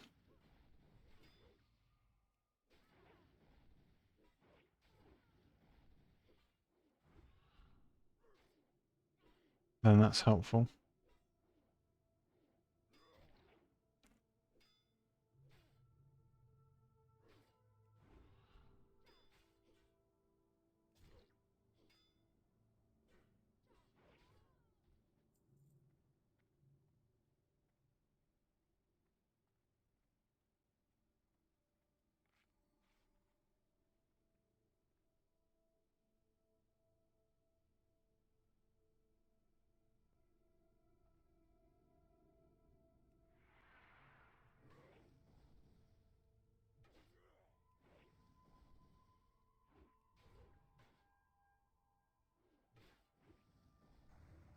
And what I would say is that a lot of the character deaths I've experienced so far, several of them have been like entirely self-inflicted. Just dumb stuff, you know, playing while really tired, which can then sort of contributes in different ways to an inevitable outcome.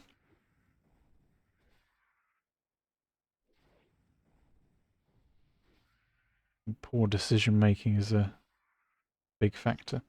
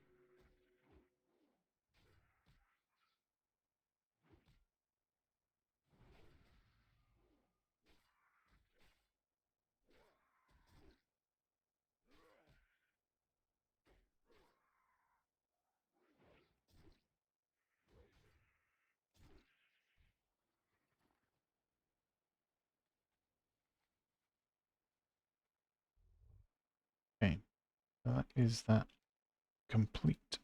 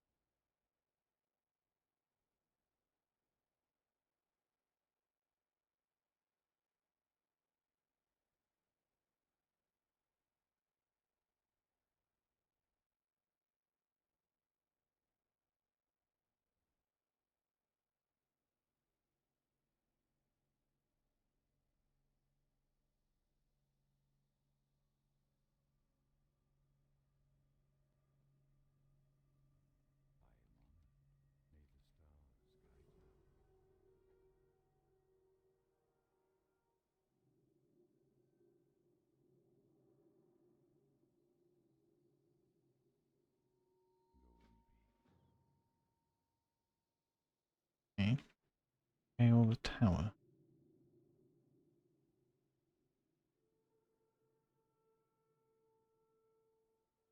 Doesn't sound like the best idea.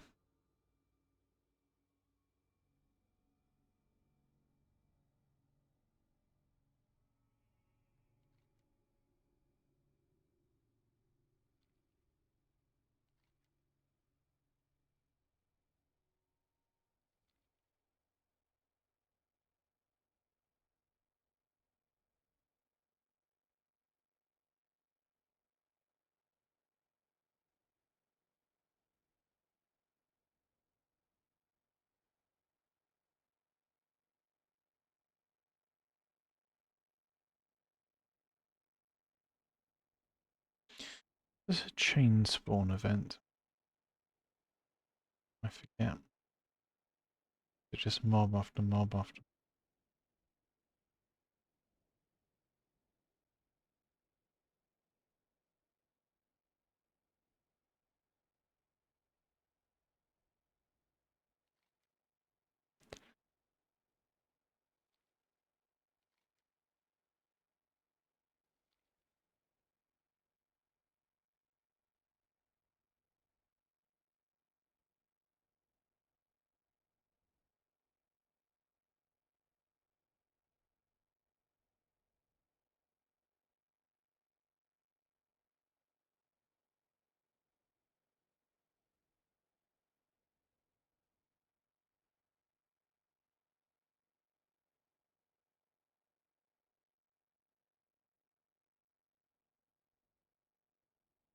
Hmm.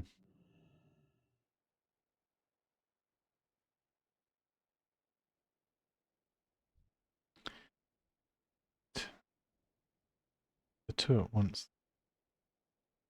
Not keen on here. I wonder if I could split pull them.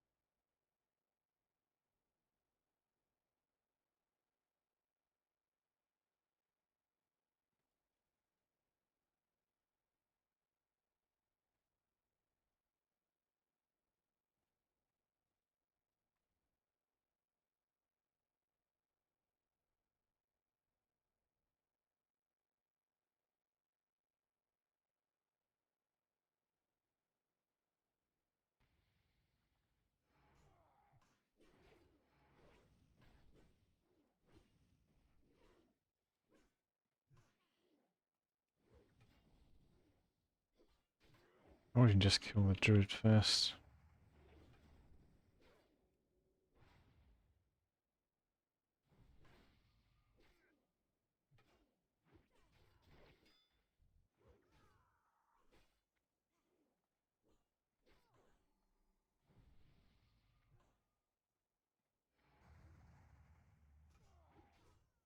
No. Stop, stop, stop, stop, stop, stop, stop. Don't. Why did it hit it? Why did it hit it? Why did it hit it? Why did it?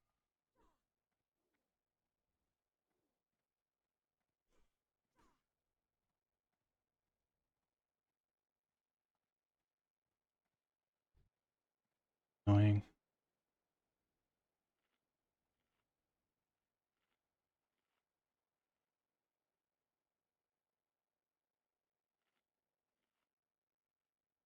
Yeah, I don't. That's why I didn't want to go for this. You've got two mobs, and when you kill one of them, it can spawn another higher level mob.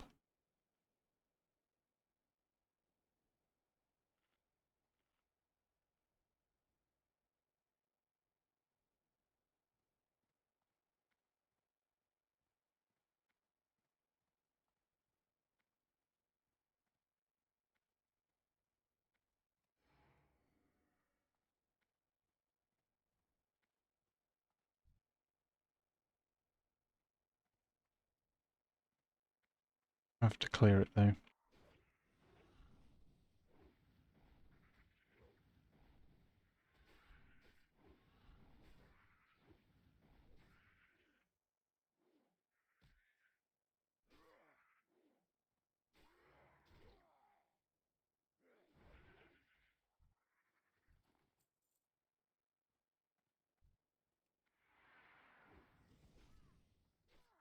Oh, what?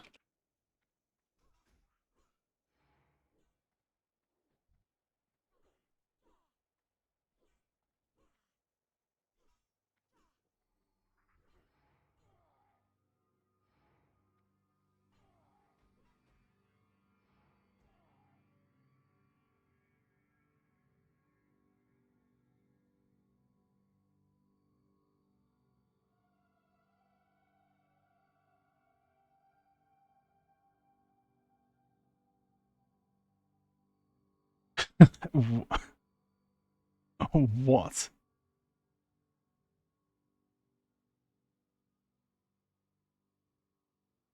Okay, so you just think you go into that tower in good faith versus the two mobs that were there and didn't pull them out as I did. You'd have then immediately had 5 mobs on you, one of which heals things.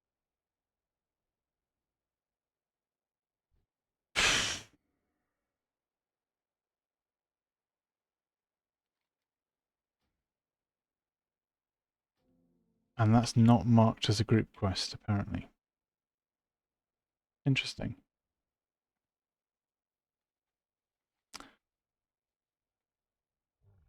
That quest is oh,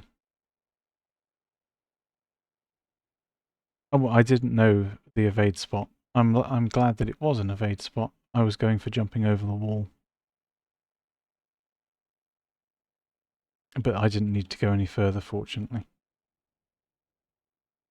Like you can jump over the wall and like come down there. But yeah, no, that's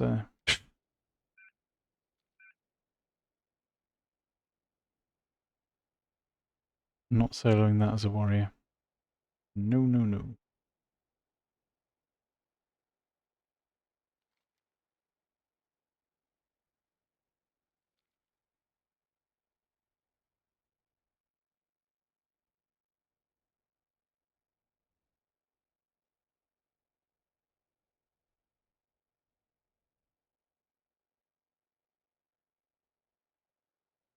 That is insane, though.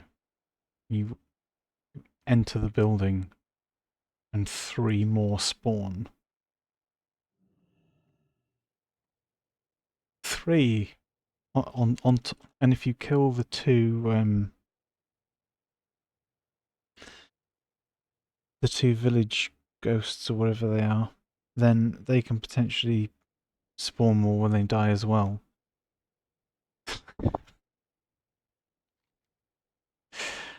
Yeah.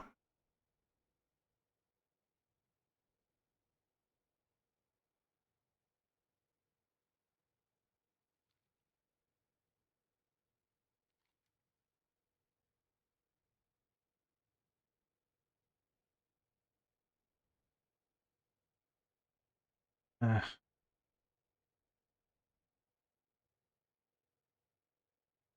a look at what we can do instead.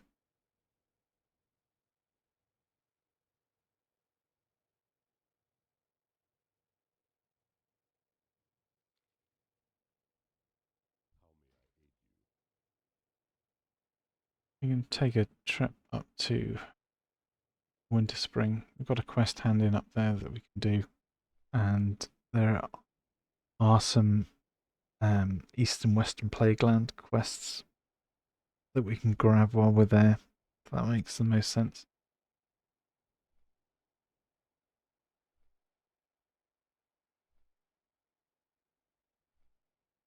Yeah.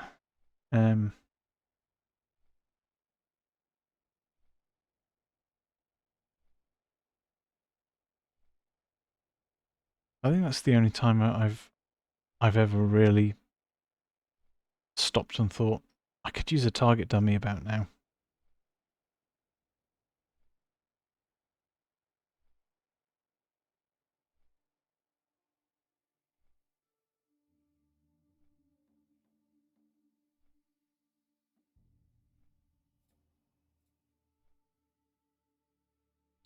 Actually, if we can stop, if this does stop in Veralas, we do actually need to stop here.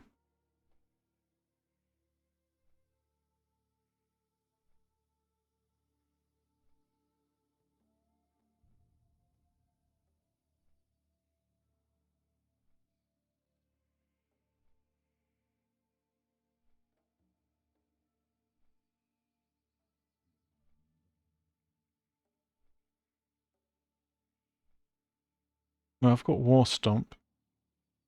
I don't think there are potions that can crowd control.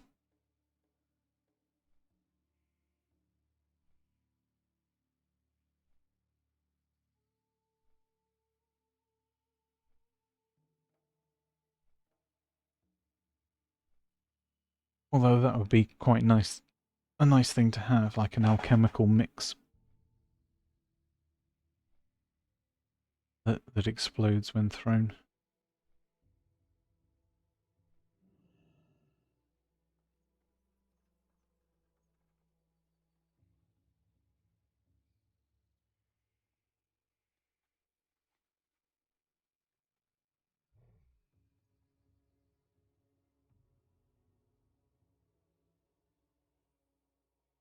Yeah, I was a little bit surprised there.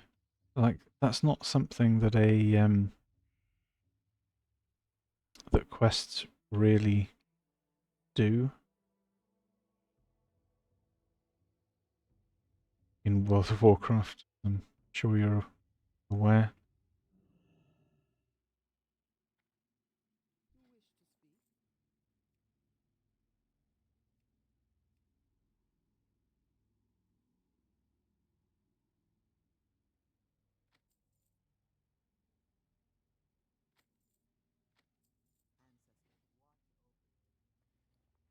We're just instantly here. Just zap. Here are some mobs.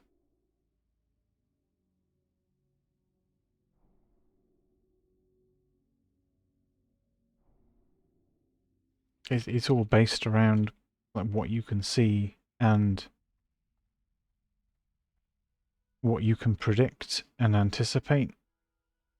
So to have two mobs there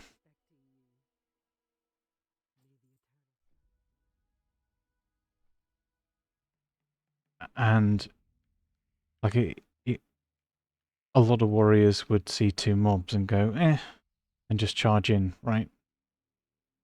And you'd instantly charge in and discover that there were three more. I mean, I didn't charge in because I know that when one of those two dies, there's a chance that it summons one of the wasps anyway. So that's why I split pulled them and killed one on its own first. And then I went inside. And then the wasps spawned.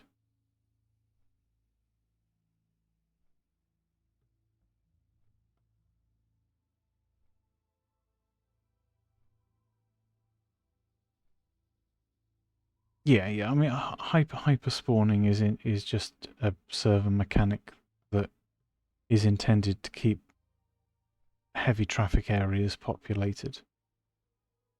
It can be really dangerous for hardcore, but equally, people tend to know where those hyperspawn areas are, and layers have alleviated that issue to a degree.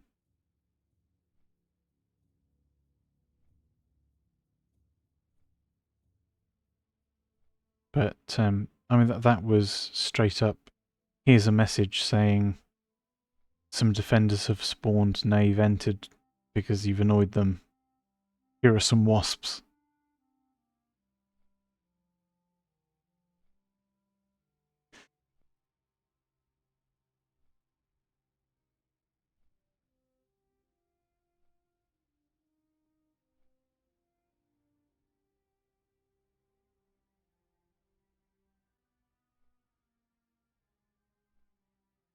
I mean, it, um,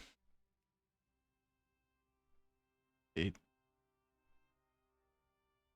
yeah, it literally says the drone springs forth to defend its hive, but it was more than one.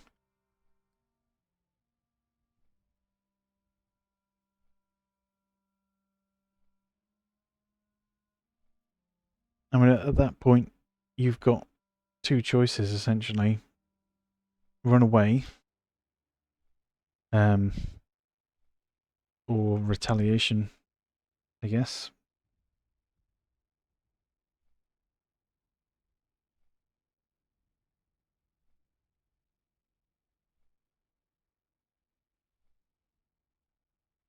Well, the quest was called something like the Hive in the Tower. And as you approach the tower, you can see that the hive is like swarming around the top.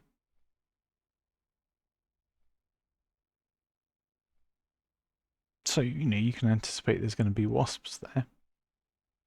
But you certainly can't anticipate have some wasps that you couldn't see. That they're just that there you go. Here are some wasps. You walked over a spawn trigger.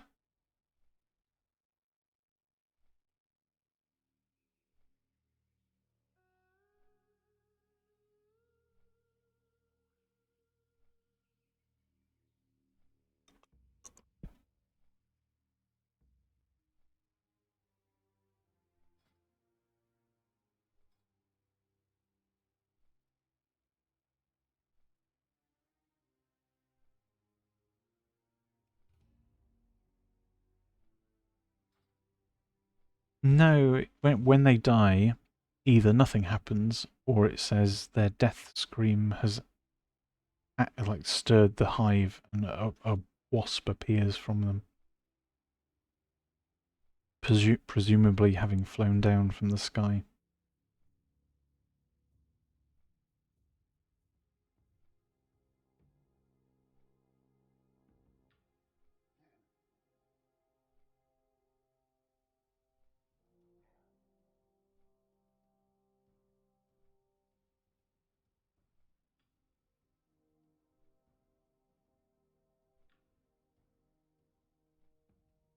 Well, they're not. I mean, they're not teaming up. Like the humanoid dies, and the wasp gets annoyed by the scream and comes and sees what was happening. I don't think they're teaming up. I'm not sure really.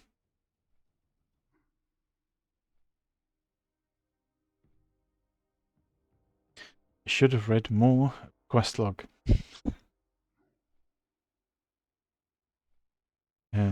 I was already surprised by the fact that the quest was marked as also the pre-quest to that one was marked as level 55.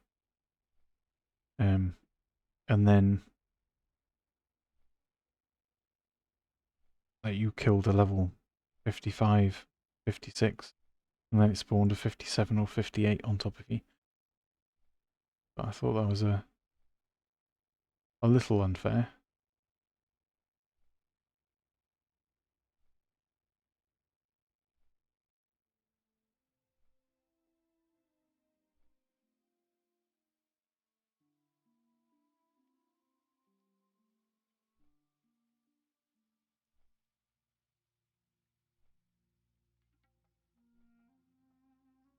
But at the end of the day, it's game knowledge, isn't it?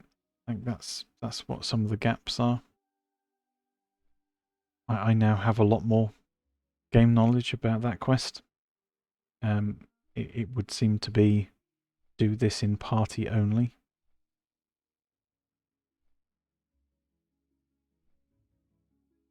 Warlock's probably fine to do it still.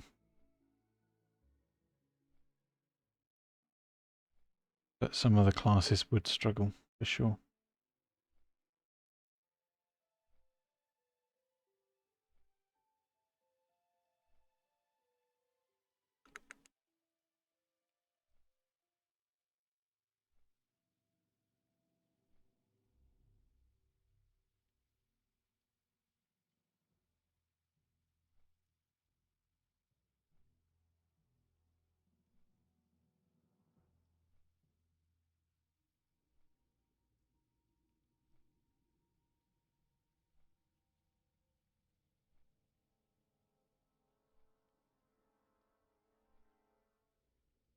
Yes, I am still an alchemist. It looks like I'm going to be hitting 60 as an alchemist. Um, the potions that I've unlocked have been kind of useful. We've seen the Elixir of Giants recipe twice, and the first time it dropped, I won it. So that's been a super useful world drop to have, like plus 25 strength permanently while you're leveling is massive. Because warriors are 2 attack per power for 1 strength, so that's basically plus 50 attack power. And I mean some of the trainer learned ones like the greater agility and the superior defense, that's limited supply, but it might as well be from a trainer because you buy it in Orgrimmar, so not hard to find. And the Mighty Troll's Blood potion is really like super useful just for increasing uptime.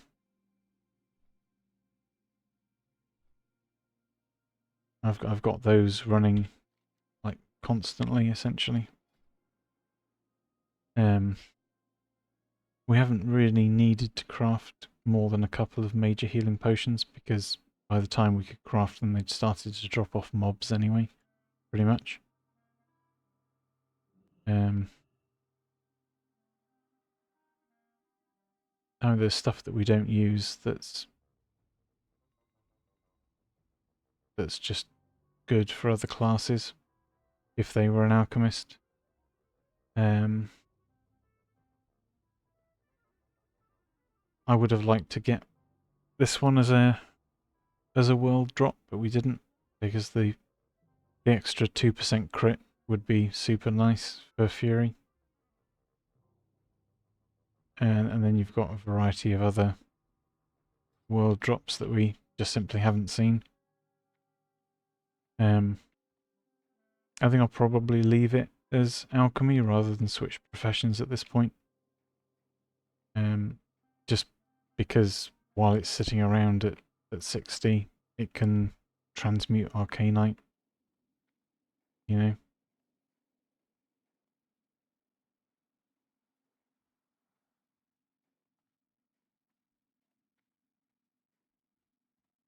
Yes, I was only in Solithus for one quest, so it didn't really seem worthwhile.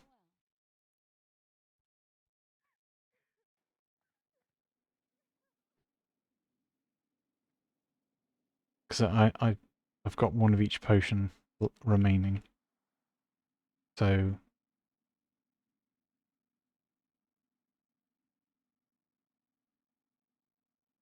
like I could have popped the potions.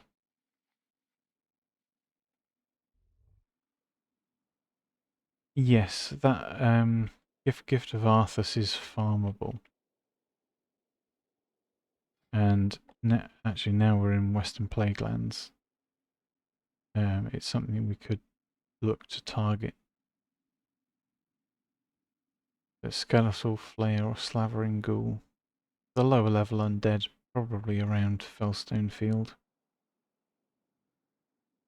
It's a low drop chance, but it's only off those things.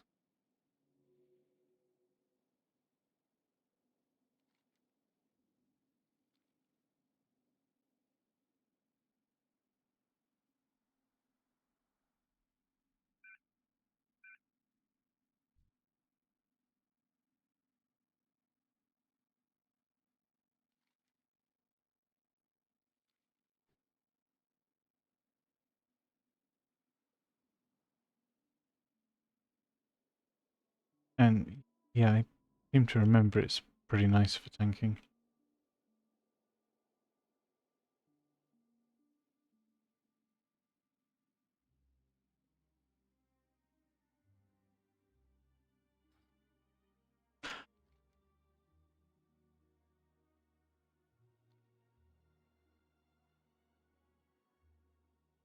So we're going to go and hand this quest in. Yep.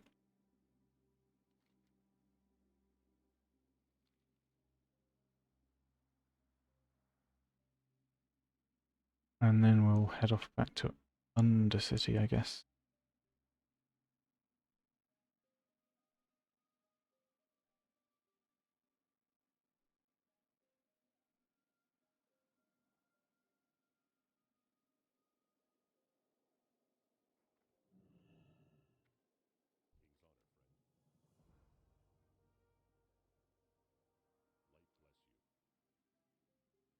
Yep, that's that.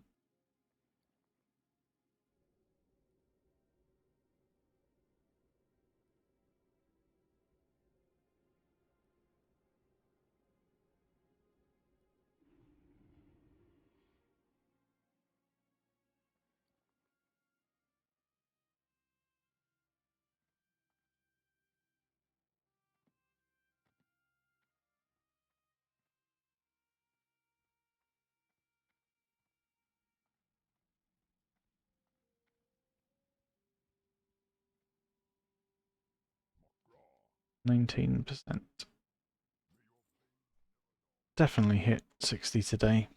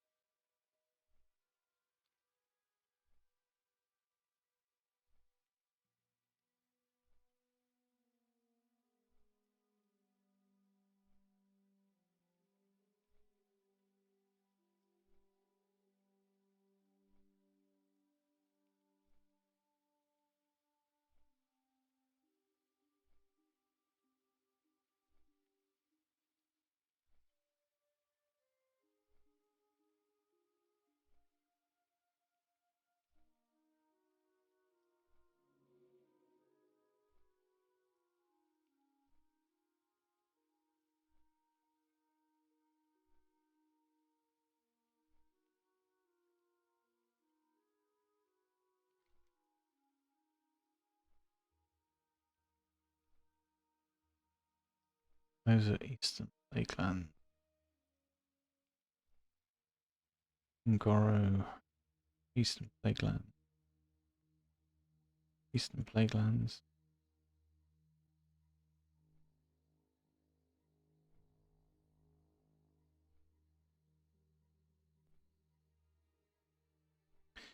Oh, we didn't stop at Thunder Bluff. Ah, it's annoying.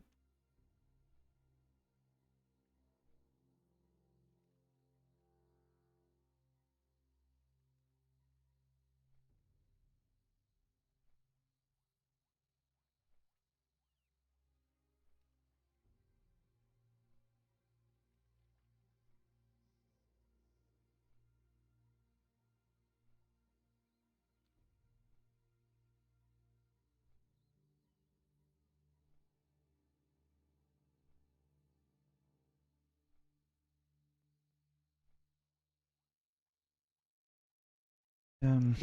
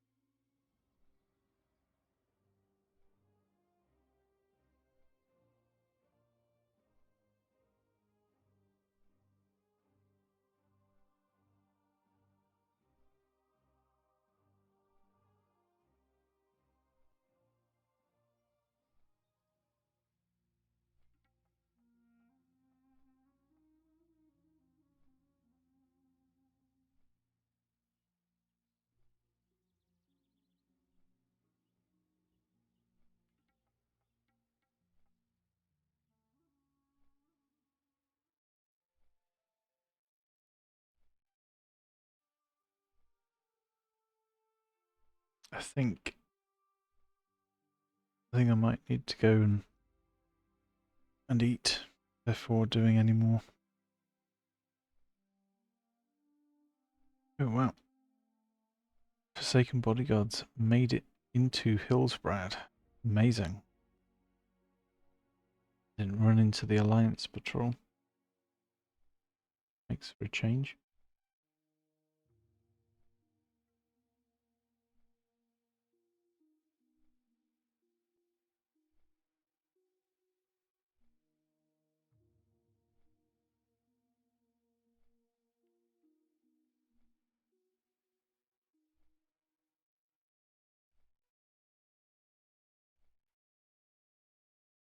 There's an Onyxia. 10 minutes.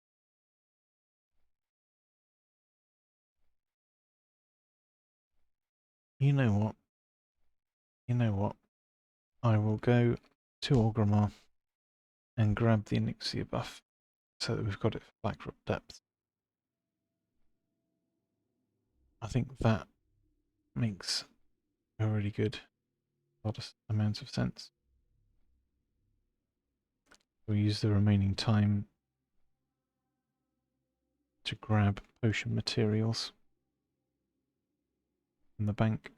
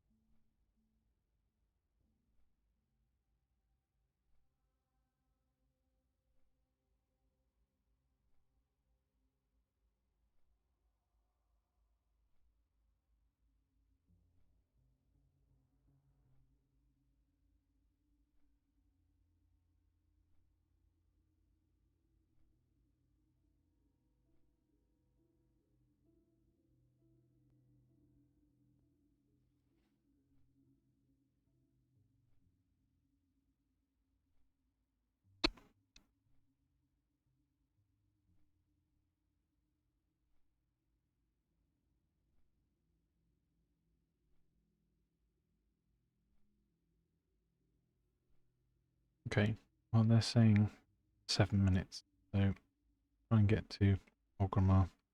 Be sharpish then.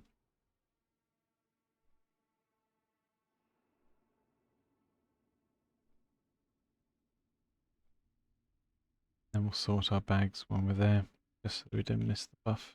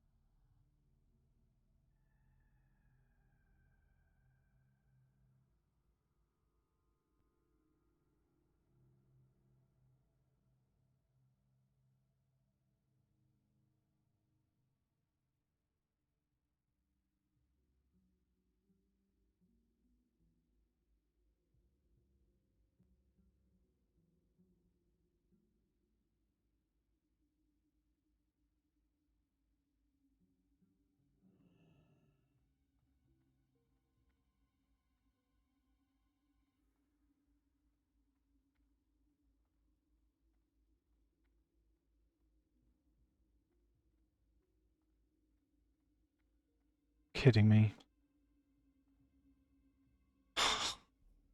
Oh, wow. Wow.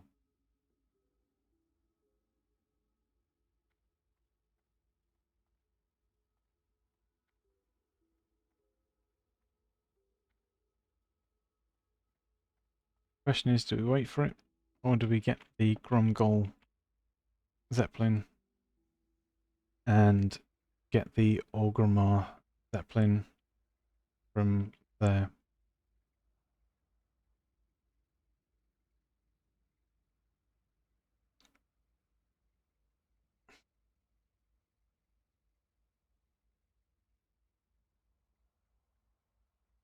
I almost swiftness potted up the stairs,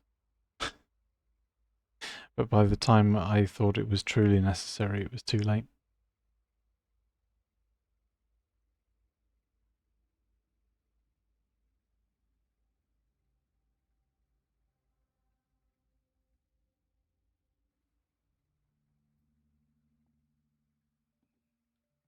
Okay, let's get a view of Gromgol and see if we can see there's a Zeppelin there or not.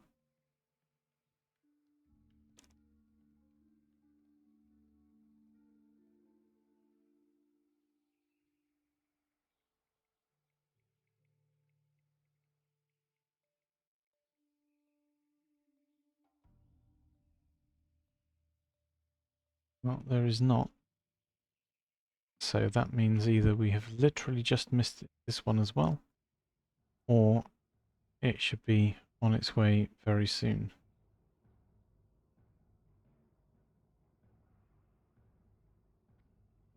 And there's somebody else here waiting, so I'm going to guess more on the side of very soon. There we are. Hooray!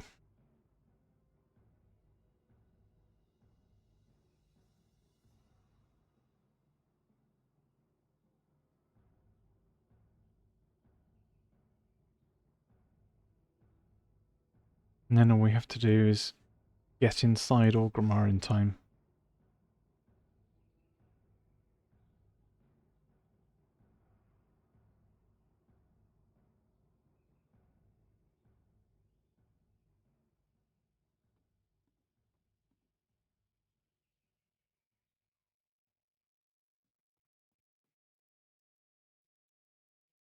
So we need life root and bruiseweed.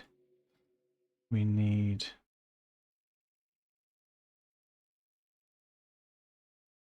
stone scale oil and sungrass.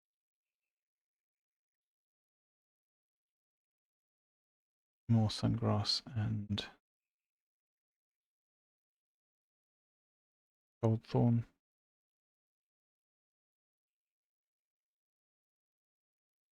And Grom's blood and sungrass.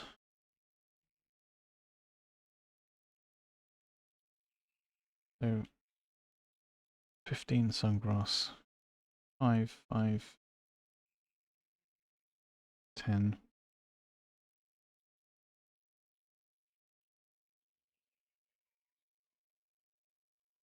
I can't remember how many stone scale we had left. I don't know if there's much more of it or not. I think there's maybe a few. And then we need to do some more fishing. That'll be easier at 60 as well.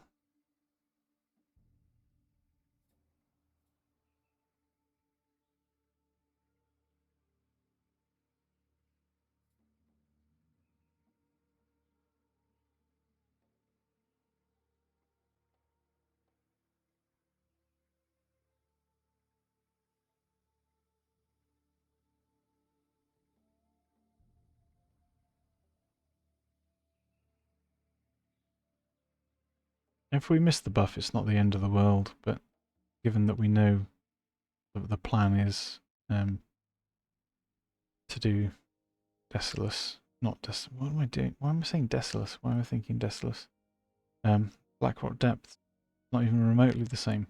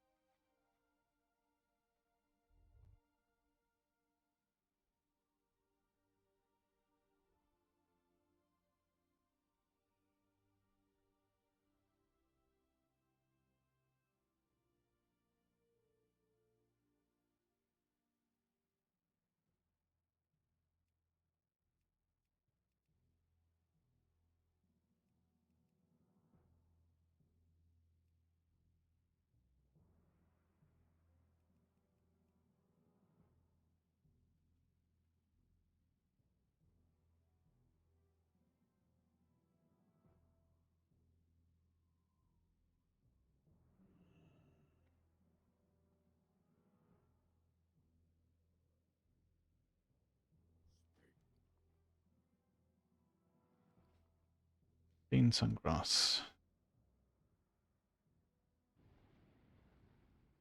There's 2 stone scale oil, 5 gold thorn, 5 life fruit, 5 bruise weed, 5 promise blood.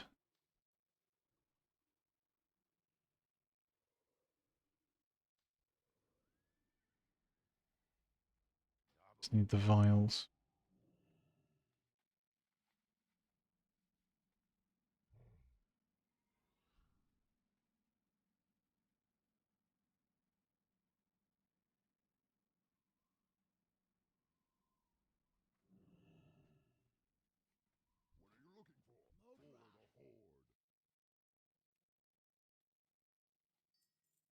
Okay. Edit vial. This. And we want just a vial.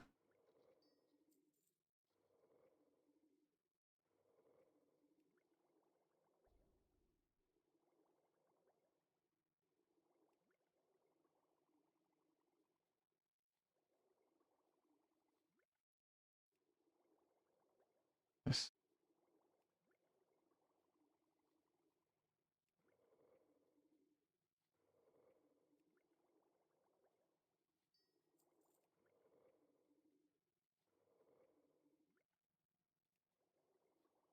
More crystal vial.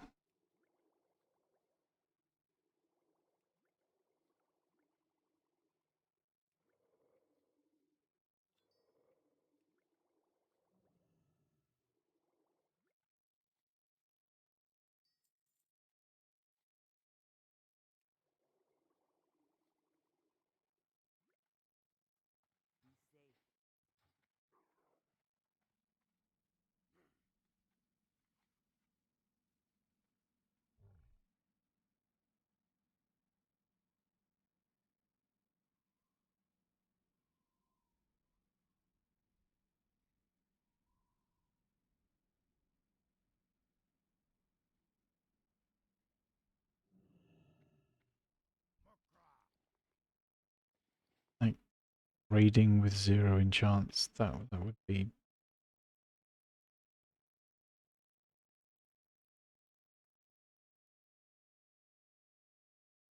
um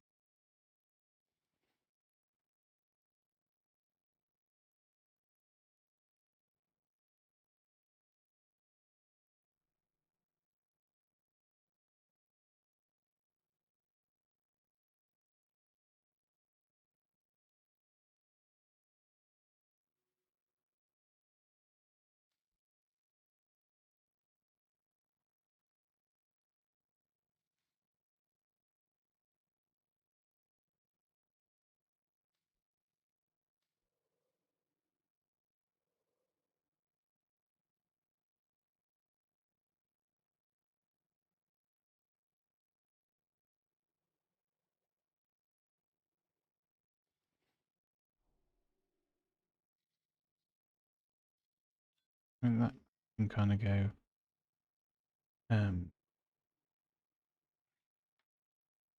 need that as a trinket either.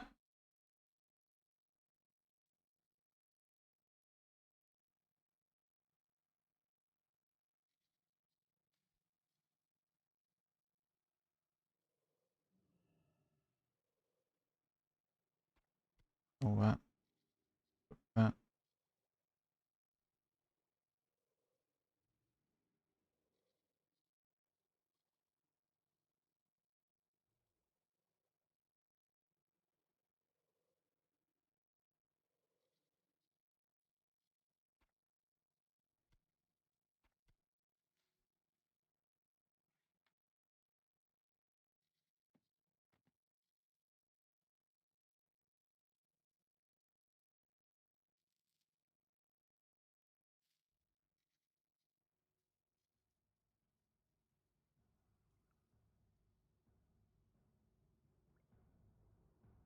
That's a buff. Random cloth. Stand-ins.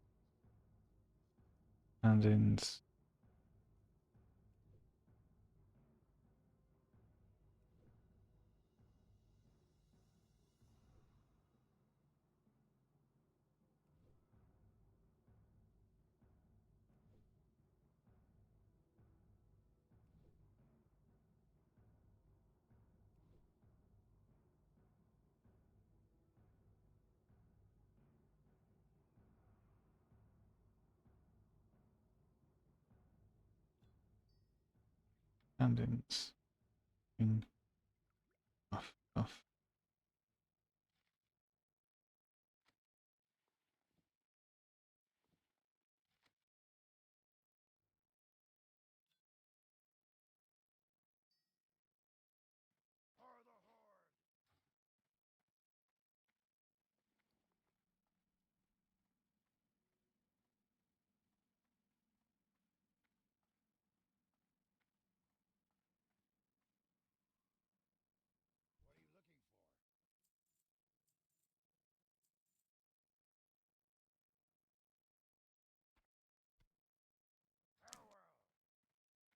Soothing spices.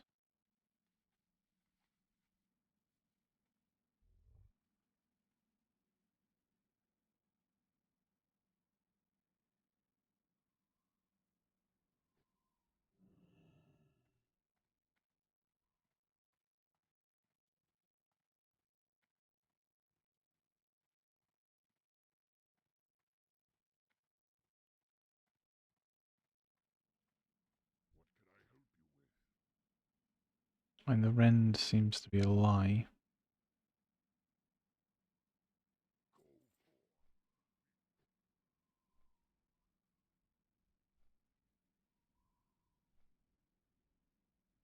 So we'll fly down to Thunderbluff and then back up. Maybe to Undercity again, I don't know.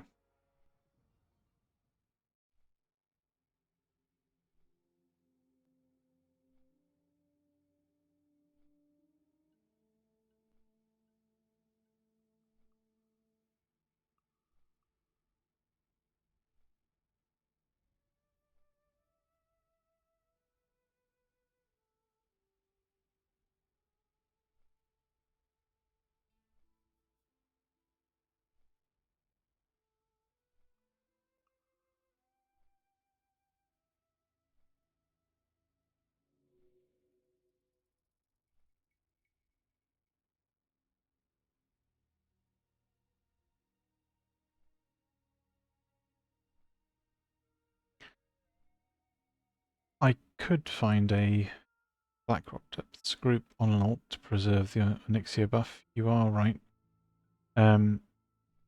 What I was thinking of doing was handing in this Thunderbluff quest and then going back to Western Plaguelands because I'll be able to buy a Chronoboon from Crommy and then it'll be saved completely.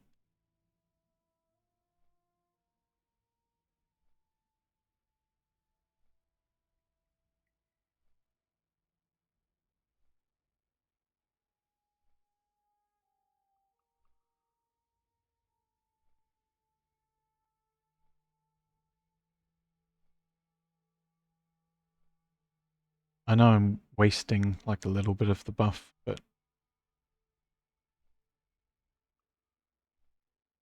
no, the nifty stopwatch quest is pretty easy really. There's not a whole lot to it. You need the frost oil, I think, and a gyrochronoton to hand in to the gnome in question. So it's difficult if you're trying to do it as self-found and you're not prepared for it.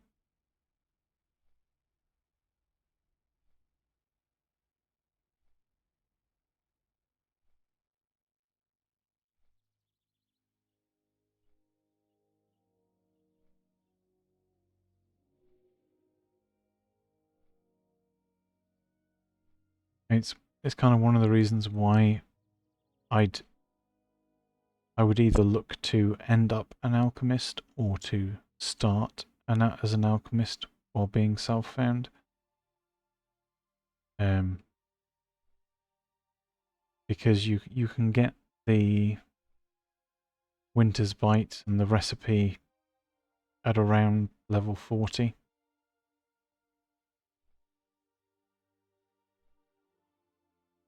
And alchemy is really easy to level.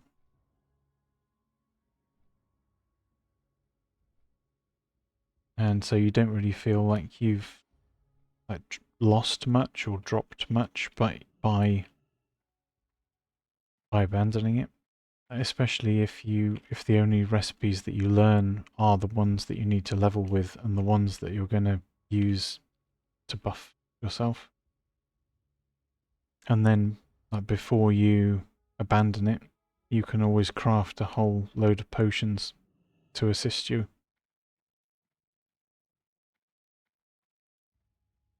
So that you've got it all done in advance, essentially.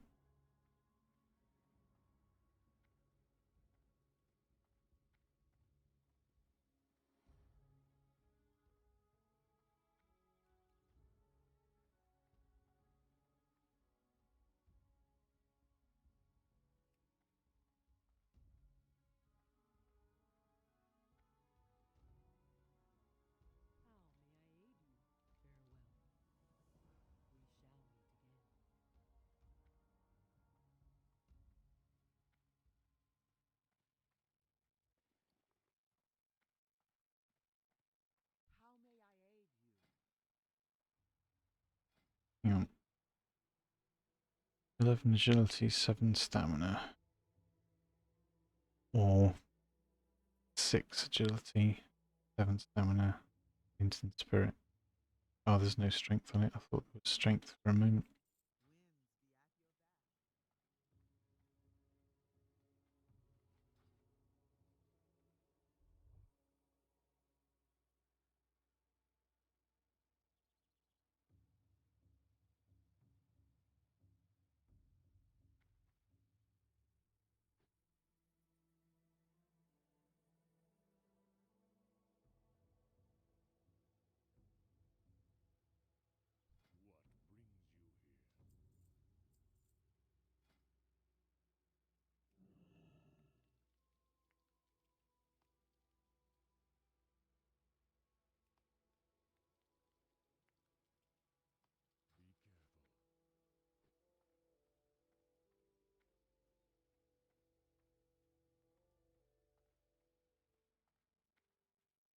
Yeah, so as I was saying, the nifty stopwatch is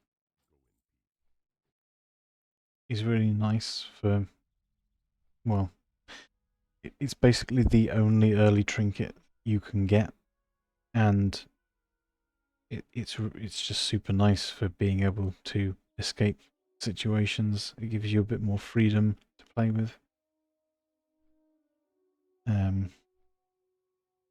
It's always a nice to have. The gyrochronoton can be bought from a vendor, of course, but the frost oil has to be crafted. I think it is in the quest line.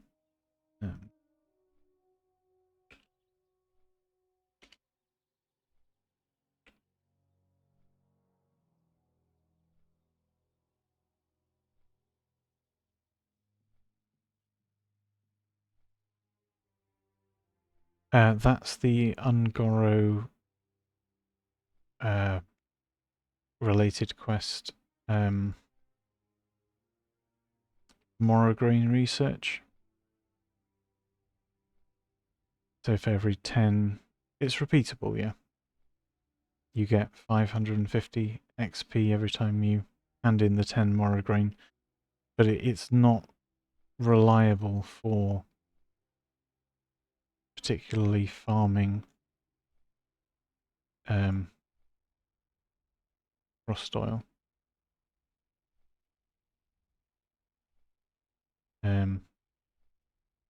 So every 10 minutes you can you expend Ungoro soil to plant, to grow a seed, and you, well, you're partly rewarded based on your herbalism level for extra stuff, but you can get the Moragrain regardless. You don't need herbalism to do the quest, it just gives you better herbs if you are a herbalist.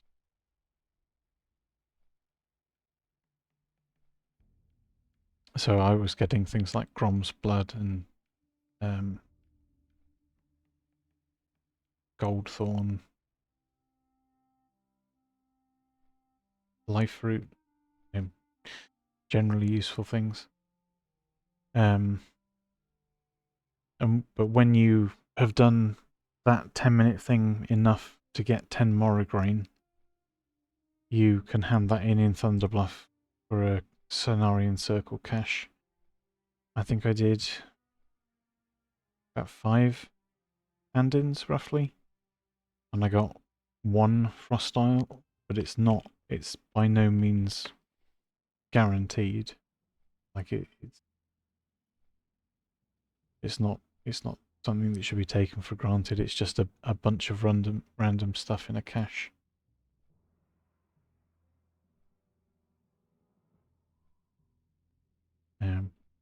I mean, you can see a return on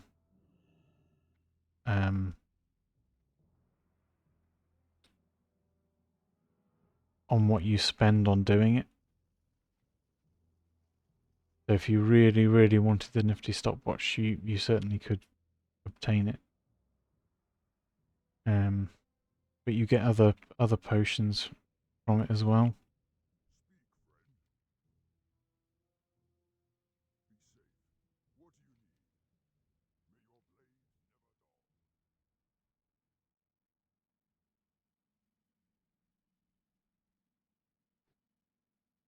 Now, I mean, once you've bought the seeds from,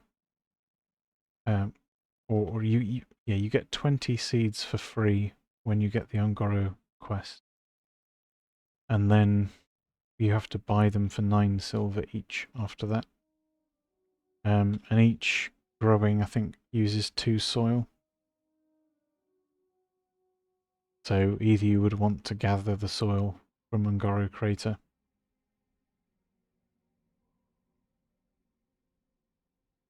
or you can find piles of the soil on the floor there, or it drops off mobs there as well.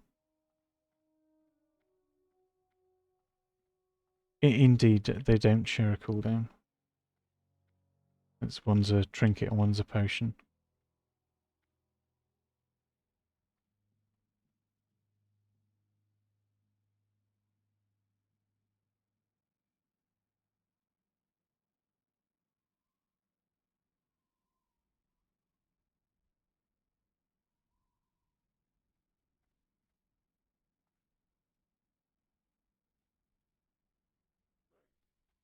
Just realised what the time is.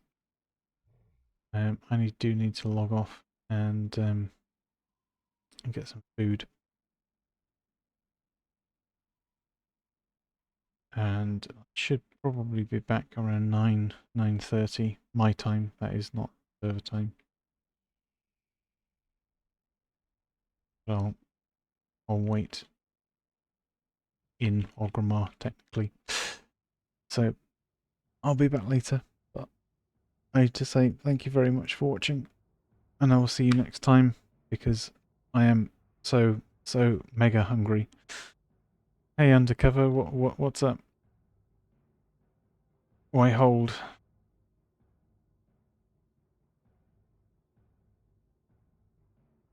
Thank you, Ice. It'll be nice to finally be there.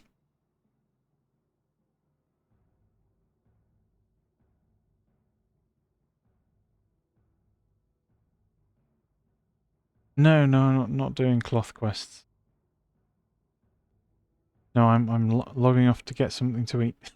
I'm very, very hungry. I'll be back online to do Blackrock Depths probably around 9 o'clock-ish.